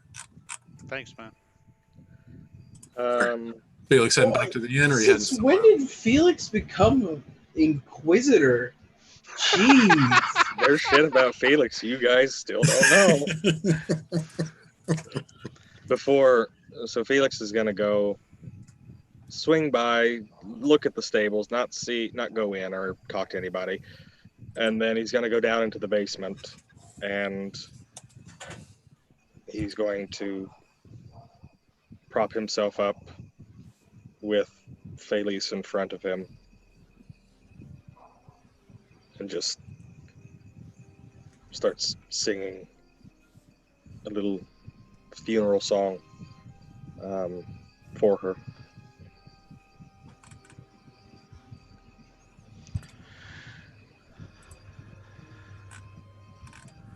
I have a question, Shannon. When Felix comes in, does Foss hear him?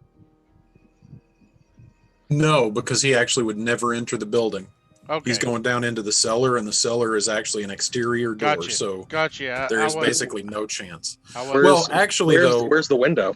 yeah, you are staring from the direction he's coming from, but Foss is actually lost in thought right now. So instead of using your passive perception, I'm just going to have you roll perception.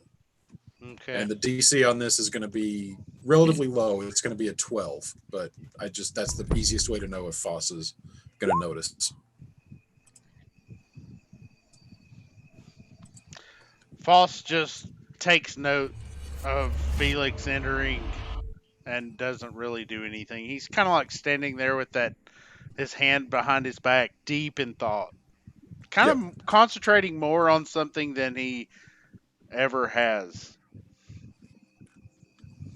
Okay. And you do notice that he is seems to be seems to be heading, instead of into the inn, he's heading around down to the entrance, down to the cellar. Okay. So, yep, Felix, you are downstairs. You spend the evening with Felice Foggywood. Foss, roll me a Constitution saving throw. What? Okay. Boy. Yeah, so you stand there for a while looking out, and then just after maybe an hour staring out into the darkness, as you start to see the lights go out on the in the stable across the way, as the stable hands and the rest of the caravan beds down there as per the instructions of Felix, you just kind of start feeling yourself nod off because it's the middle of the night, you're tired, not under the effects of anything. I was just rolling the saving throw to see if you nodded off. So you just kind of slump down. I go back over towards Emma's room, what my original goal was, and just fall asleep in front of Emma's door. Yeah. So sleep takes you. Felix, much the same for you. You just kind of sit down there singing a dirge to the departed, and sleep eventually finds you as well. And everybody can mark that they get a long rest. Hallelujah. I was really, really hoping I didn't have to bust out any magic because I was freaking spent. But yeah, you guys went to the brink. Not Foss. I was ready for some more. Foss is like, I got more to spare. Bring it. Barbarian for the win. All right.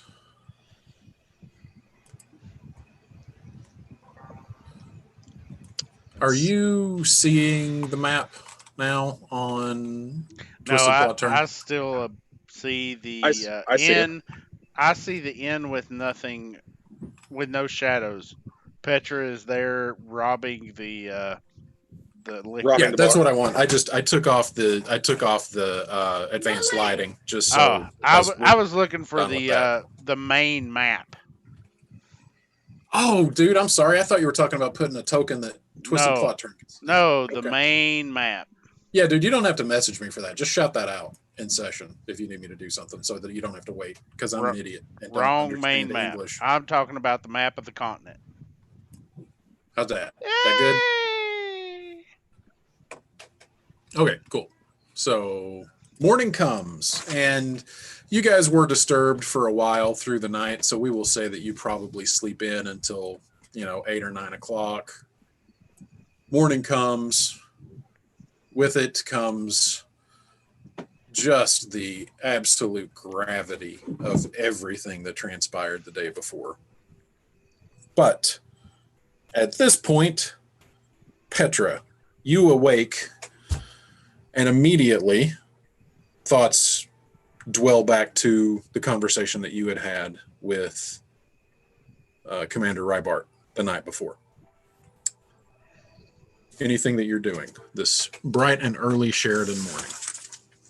Yeah, Petra tries to get up without anybody noticing and sneaks off to the dragon's hairball. And roll me a general intelligence check.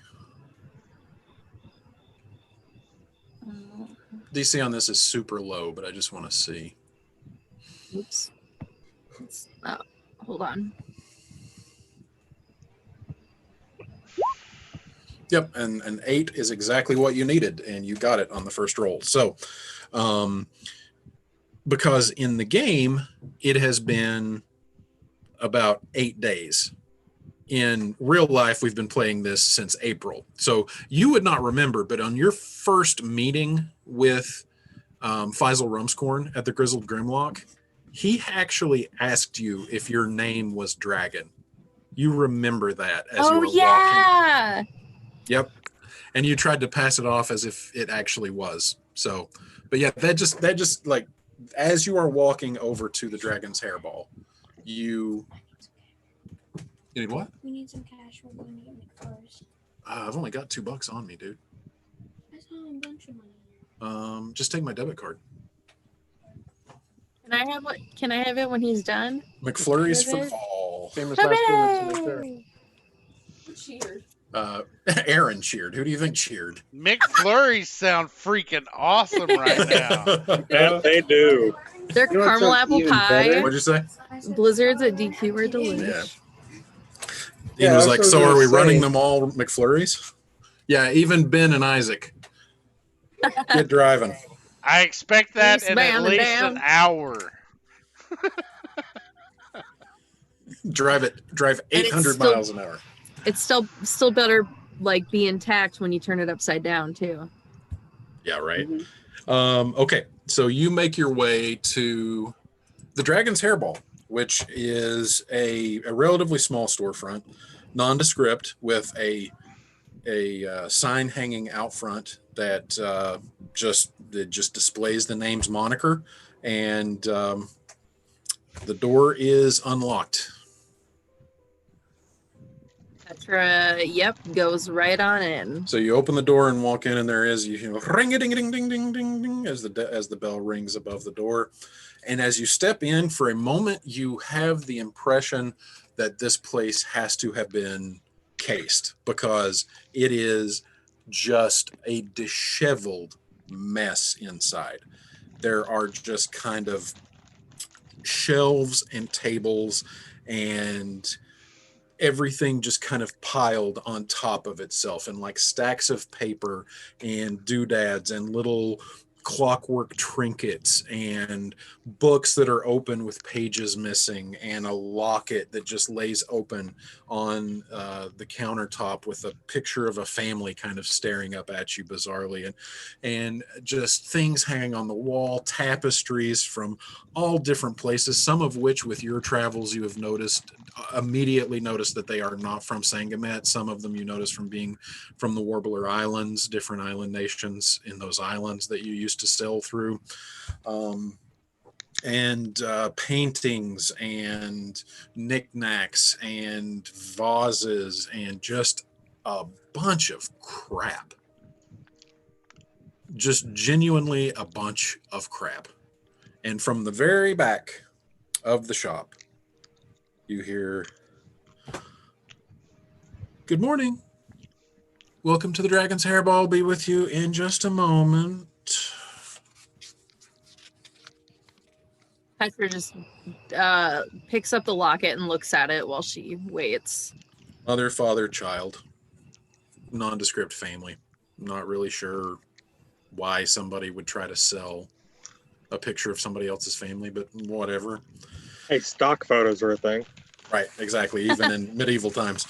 And then you hear the same voice after just a few moments pass and says, "Oh, right. Welcome to the Dragon's Hairball. What can I do?"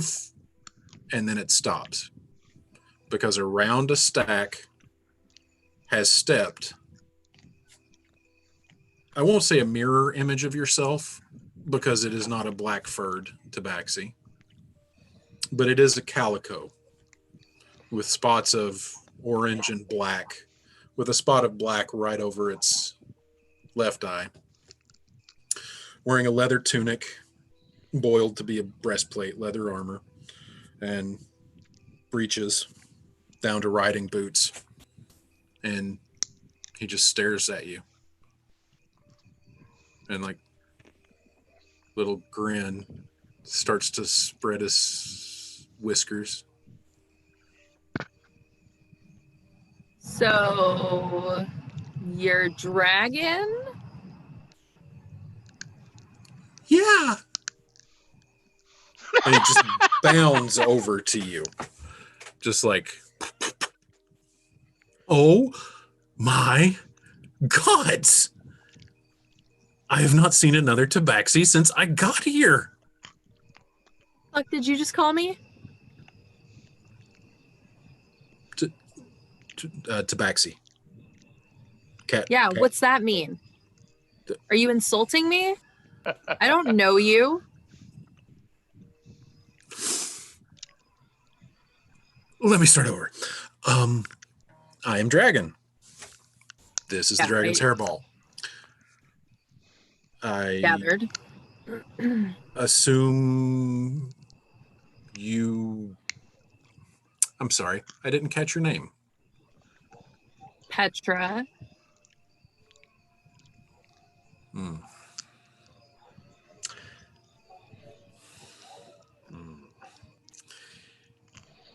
You were raised by people, weren't you? Yeah. Oh, Why? it's not a tabaxi name. Do you remember Oros Philios? What's that? No. What's a tabaxi? What are you and who are you? I am Spine of the Dragon. You can call me Dragon. Named for the place of my birth. On Oros Philios, the island from which all tabaxi in Zekarist hail. South of Sultamachia.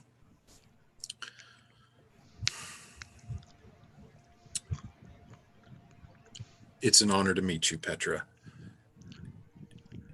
What can I do to help you? I don't know. Okay. I just heard that there was another thing like me, and so I wanted to come see if it was true. Ta-da! Yes, it is true. You are the first of my kind that I have seen since I got here. Where did you come from? I don't know. The ocean? Okay, that makes sense. Yes, okay, I can see that.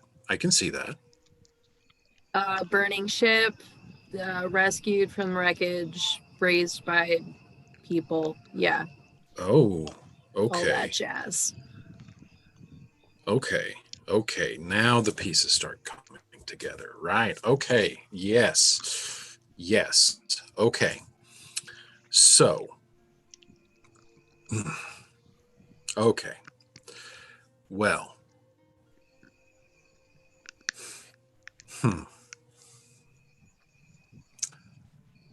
So you're a tabaxi. Awesome. Mm-hmm. That's what we call ourselves. We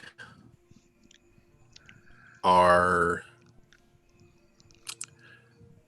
yeah. So the whole Zekarist thing, kind of a stopover for us, kind of like we're just kind of like on our way through, so to speak. And we just kind of stopped here, for like a real quick, like little, like rest stop. We're just kind of catching our breath, and then we'll be back on our way soon. Am I making sense? I feel like I'm giving you a lot. Is this a lot? I'm sorry. Yeah. Yeah. This was fun. I forgot that I have things to do. So, Dragon, great to meet you. I'm sure your island is great. You have a lot of fun with that. I'm gonna get going. Is there anything else you want to know about us? About your people? No.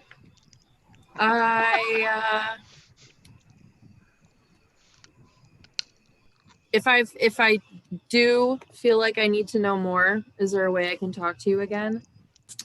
I'm always here. Okay. I mean, do you still have a ship? No. Oh, okay. I am land-bound. It would be better if you could go and talk to the elders on Oros Philios. They would be able to explain this a lot more. How do I get there? Okay, so this is the point where it's going to be kind of embarrassing for me to admit, but I don't know. Yeah, this has been great. Then, I mean, no. I mean, I know. I mean, it's where I'm from. Okay, it's where I'm from, and I knew how to get back there, but I was young and I was impetuous, and I wanted to see the world, and I got really bored of only being around other tabaxi. So I was like, okay, I'm going to go out and I'm going to see the world, and I'm going to go and I'm going to do stuff and sow my wild oats, and then I went and I did, and I sowed and I reaped, and I sowed some more and I reaped and I sowed some more, if you know what I'm saying, and I reaped. And yeah. So, okay. But so as I'm traveling, I find, and he gestures out to the room of crap, and he says, I find all of this cool stuff. And I'm like, all of this stuff has a story, Yeah. And so I'm like, you know what? It would be awesome if I could have a store where I have all of this stuff, and then people can come in and they can look for the stuff, and if they find stuff that they want, then I can be like, well, hey, I can give you that stuff, but you're going to have to give me stuff. And so, and then it's just like stories, stories, like people's stories, like that locket right there, that is from a family in Parasus, and they traded that to me, and in exchange for like this little doll that was made in Veer across the sea, that they wanted for their daughter, right there in the picture. And so they gave me this locket and I gave them the doll, and that's a story. And like, now I know all of these people, and so I came here and I opened the shop, and it was really great, except people kept stealing shit. And so I needed a way to keep people from stealing shit, because I can't run a business if people keep stealing stuff. Yeah. So Yeah, thieves disgust me. So I figured it out. Like, try to take that locket. Try to walk out the door with that locket. Go ahead. Is it gonna? Am I okay? So she picks it up and reluctantly holds her hand out towards the door. And walks towards it. And so as you walk toward the door and you get to the door, and your hand keeps going, no problem, the locket will not pass over the threshold. And it's like you move your hand and the locket just stays behind. To the point where you're tabaxi that is a keeper of people's stuff. Oh, wow. And it will not move past the threshold, no matter how hard you press it. And he's like, see? Do you see how cool that is? Yeah, that is a really neat trick. Wow. Like, literally nothing can. And he throws a book at the door, and it just hits the open doorway. And I get it. Oh, yeah. You don't have to destroy your shop to prove to me that you're smart. I get it. You're smart. I'm not smart. I had nothing to do with this. I did not do this at all. I am not that talented. I am not that smart. I am not that capable. But I found somebody who could. Who? Madame Intranera Verine. Sounds like a cool chick. Okay. That's also the chick that you have a contract to perform for. Yeah. Okay. Yeah. Just wanted to make sure you got that. Okay. Yeah. So, I do what I do. I trade stuff. And I'm like, hey, I need to keep people from stealing stuff from my house or from my shop. And she's like, well, Ines, what can I do for you? Well, that's a bit of a problem. People stealing all of your stuff. Yes, of course, I can see that's a problem. Maybe we could make a trade. And I'm like, trades? I love trades. What can I give you? I've got this like really cool accordion that I picked up. And I've got this, I've got a silver dagger that was used to kill a werewolf. What did you trade with her? My memory of where my home is. I almost forgot that you were telling me that story because you took such a scenic route to get there. Oh my God. Okay. So That's why. Jeez. I thought I was obnoxious. Yeah, no, I get it now. I get it. It's a me. Yeah. This is a thing I do. Okay. Yeah, no, I see it now. Okay, yeah. It was great to meet you. And the lady that did the thing for you, how did you meet her? What's she like? Oh, she's really nice. She's really nice. She's got a manor out in the country, kind of like east of here a little bit. Everybody knows the madam. If you need something, you go to Madame Verine. She's got the hookup. She can take care of you, So she takes care of people. Oh, yeah. Anything you need. Okay. Is her house like, the same as your shop? She's all burglar proofed and everything too then? Well, I don't know. I didn't try to steal anything. I'm just wondering. I'm wondering how she came to know how to do such a thing, because I would want that for myself, quite honestly. I assume she's a powerful wizard. I don't know. Okay. Yeah. Okay. Powerful wizard. Yeah. Yeah, I know. I know a few. Sure. You know what? It was great meeting you. Oh, it was awesome meeting you. Yeah, I'm gonna go. Yeah. Is there anything you need? Is there anything you want? Like, do you have anything to trade? I'm sure I got a bunch of stuff here.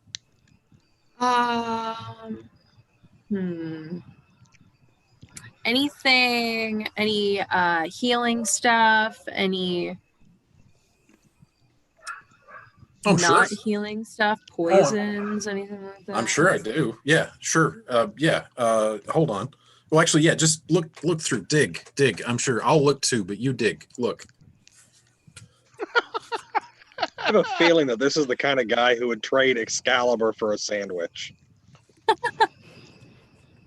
A rubber ducky. Oh, have you seen this? Muggles call it a rubber ducky. Yep.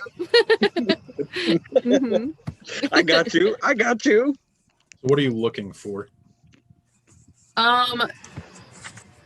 Anything trickstery, poisons, stealthy stuff, magical items. I don't know. Okay, roll an investigation check. Okay.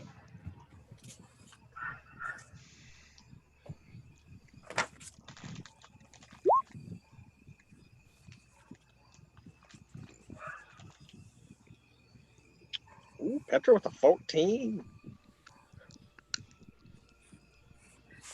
Okay, hold on.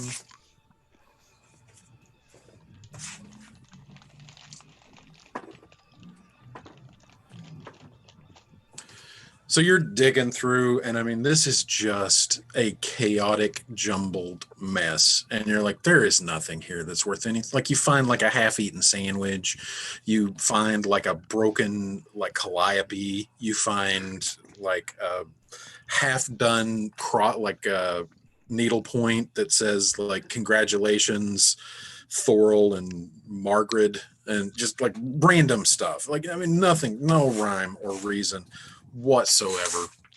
And as you're looking through, you move this stuff apart, and then you find this and you move over this weird like sketch of a beetle. Question. Yeah. What percentage of this random stuff would you say would qualify as shiny? Probably roughly about 15%. And then you lift it over, and then as you lift this crate of random glass bottles that are all empty, underneath that you find one glass bottle that's full of a liquid that looks kind of like a swirling black cloud that moves on its own in the bottle, and it's exceptionally ominous. You're not exactly sure what it is, but you are 100% sure that this is something that an assassin or a poisoner would probably use. Ooh, yeah. This is probably something I'm gonna need because I'm a professional. So, yeah, I'll trade you something for this extremely ominous. And Dragon hops up on the counter that this bottle is sitting on, and he crosses his legs and he puts his hands like this, and he's like, okay, what do you want to trade? Do you like booze? No, I don't drink. Oh my god, that's so boring. So I want something that has a story. Something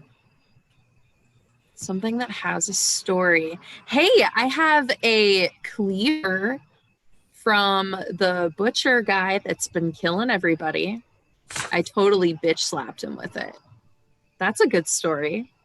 That's a great story. Right? What butcher? The one that's been killing everybody. I don't know. They just call him the butcher. From where? I don't know. I don't like to pay attention to all that stuff. It's kind of boring. So I can understand that. he's Rochambeau, something at an inn of Roshan? so and so. Yeah, that Here, one. you're talking about here? Yeah. Yeah. I'm killing people with a meat cleaver here? Yeah. Yeah, he threw this at me. So I bitch slapped him with it. Deal. And he snatches the meat cleaver out of your hand and thrusts the black swirling liquid into it. All right, bye. And he's just like looking over the meat cleaver with this weird demented gleam in his eye that this is like a kid on Christmas who just got an Xbox. Perfect. Okay. I love that character, Shannon. I love it. Okay. Meanwhile, back at the inn, while that is taking place, one by one, each of you rouse and come downstairs, I assume, and are greeted by no one because the porter and cook is dead and the innkeeper is singing like a canary. Just so it's said, If Yes. Foss wakes up before Emma, Foss stays right there until Emma comes out. We Okay, don't have fair to enough. play anything out. It's just more that Foss Just is. please don't play anything else. Don't play anything else out. Hey Shannon, can we play it out? So you all come joking. downstairs. I love you all. Don't make me destroy you. And you all come downstairs. And 22 points of psychic damage to Emma. yes. One by one, you all come downstairs. And eventually, what do you guys want to do? You are together in the inn. Everybody is awake at this point. Felix is still going to be down in the basement. Okay, you are awake at this point. So you just he's working through some of the stuff that he didn't get a chance to last night. Gotcha. Are you hungry, Emma?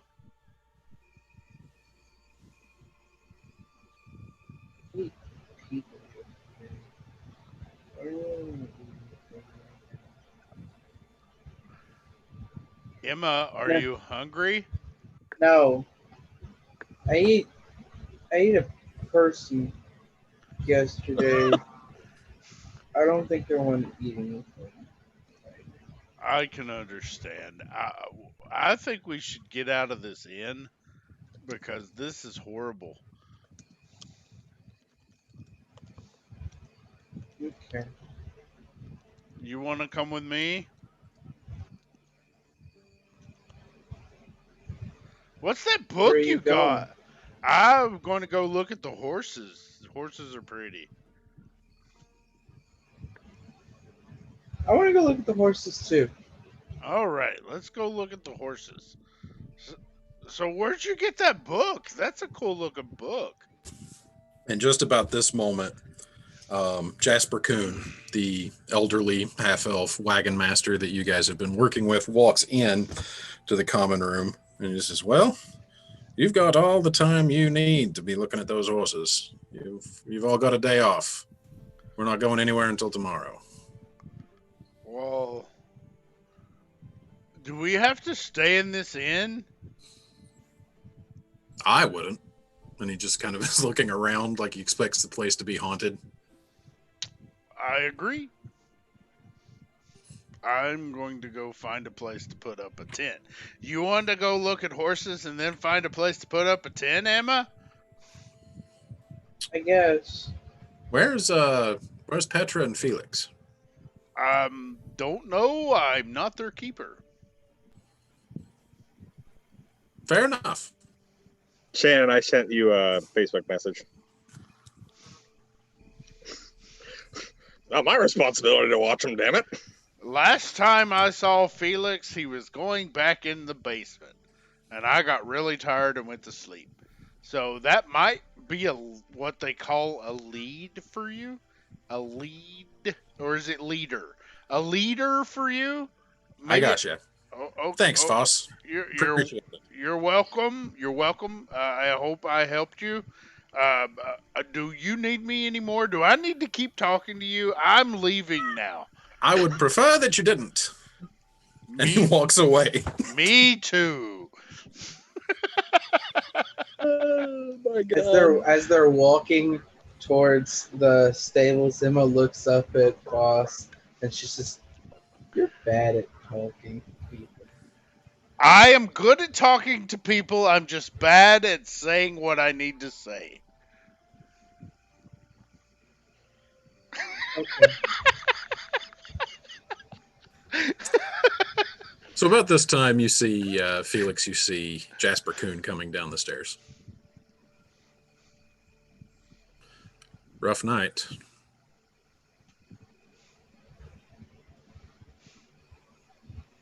He walks down, reaches a hand out to you.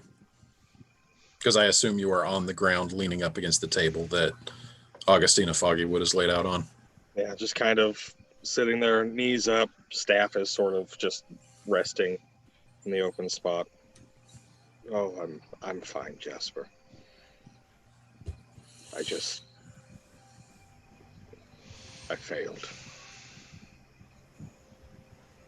Looks over at Augustina.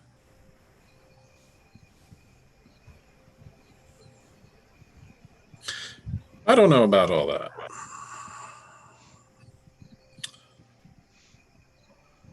I'm not here to be your confessor. I'm just here to tell you you've got a day off. Thank you. The horses... No, Natari did the trick, by the way. The horse is too tired to run. Good. I figured we'd have at least some time to let it recuperate. So take the day. We're going to head out tomorrow. As early as we can, but we'll take a look. We're going to have the farrier take a look and reshoe the horse before we leave. So, enjoy. Can I recommend you don't spend the entire day off down here? I didn't plan to. And at that, Felix is going to get up. He sort of looks and... Jasper, do you have some time to spare? That depends. She needs to go to the temple. She deserves to sit somewhere other than this place. That I've got time for. And I hand him my staff. And I pick Felice up. And just sort of give him the nod. And start going up the stairs. Okay. You make your way with the body of Felice Foggywood back toward the temple. And it is 9:01 p.m. and we will call it there and pick up here next session. All right. Holy crap, you guys. That was awesome. It felt like a soap opera. Jesus that was Christ, great. man. Yeah, you didn't get to do much, Isaac. Sorry about that. I hope it I still had fun. Good. Jim, that's, same with you. I tried to keep you involved in parts, but it just kind of go wherever the narrative is leading me, and you were awesome this session too. Dude, where is he? You saved a horse, man. Morlo, awesome Sure. being there for Foss, man. All the way around. You guys blow my mind.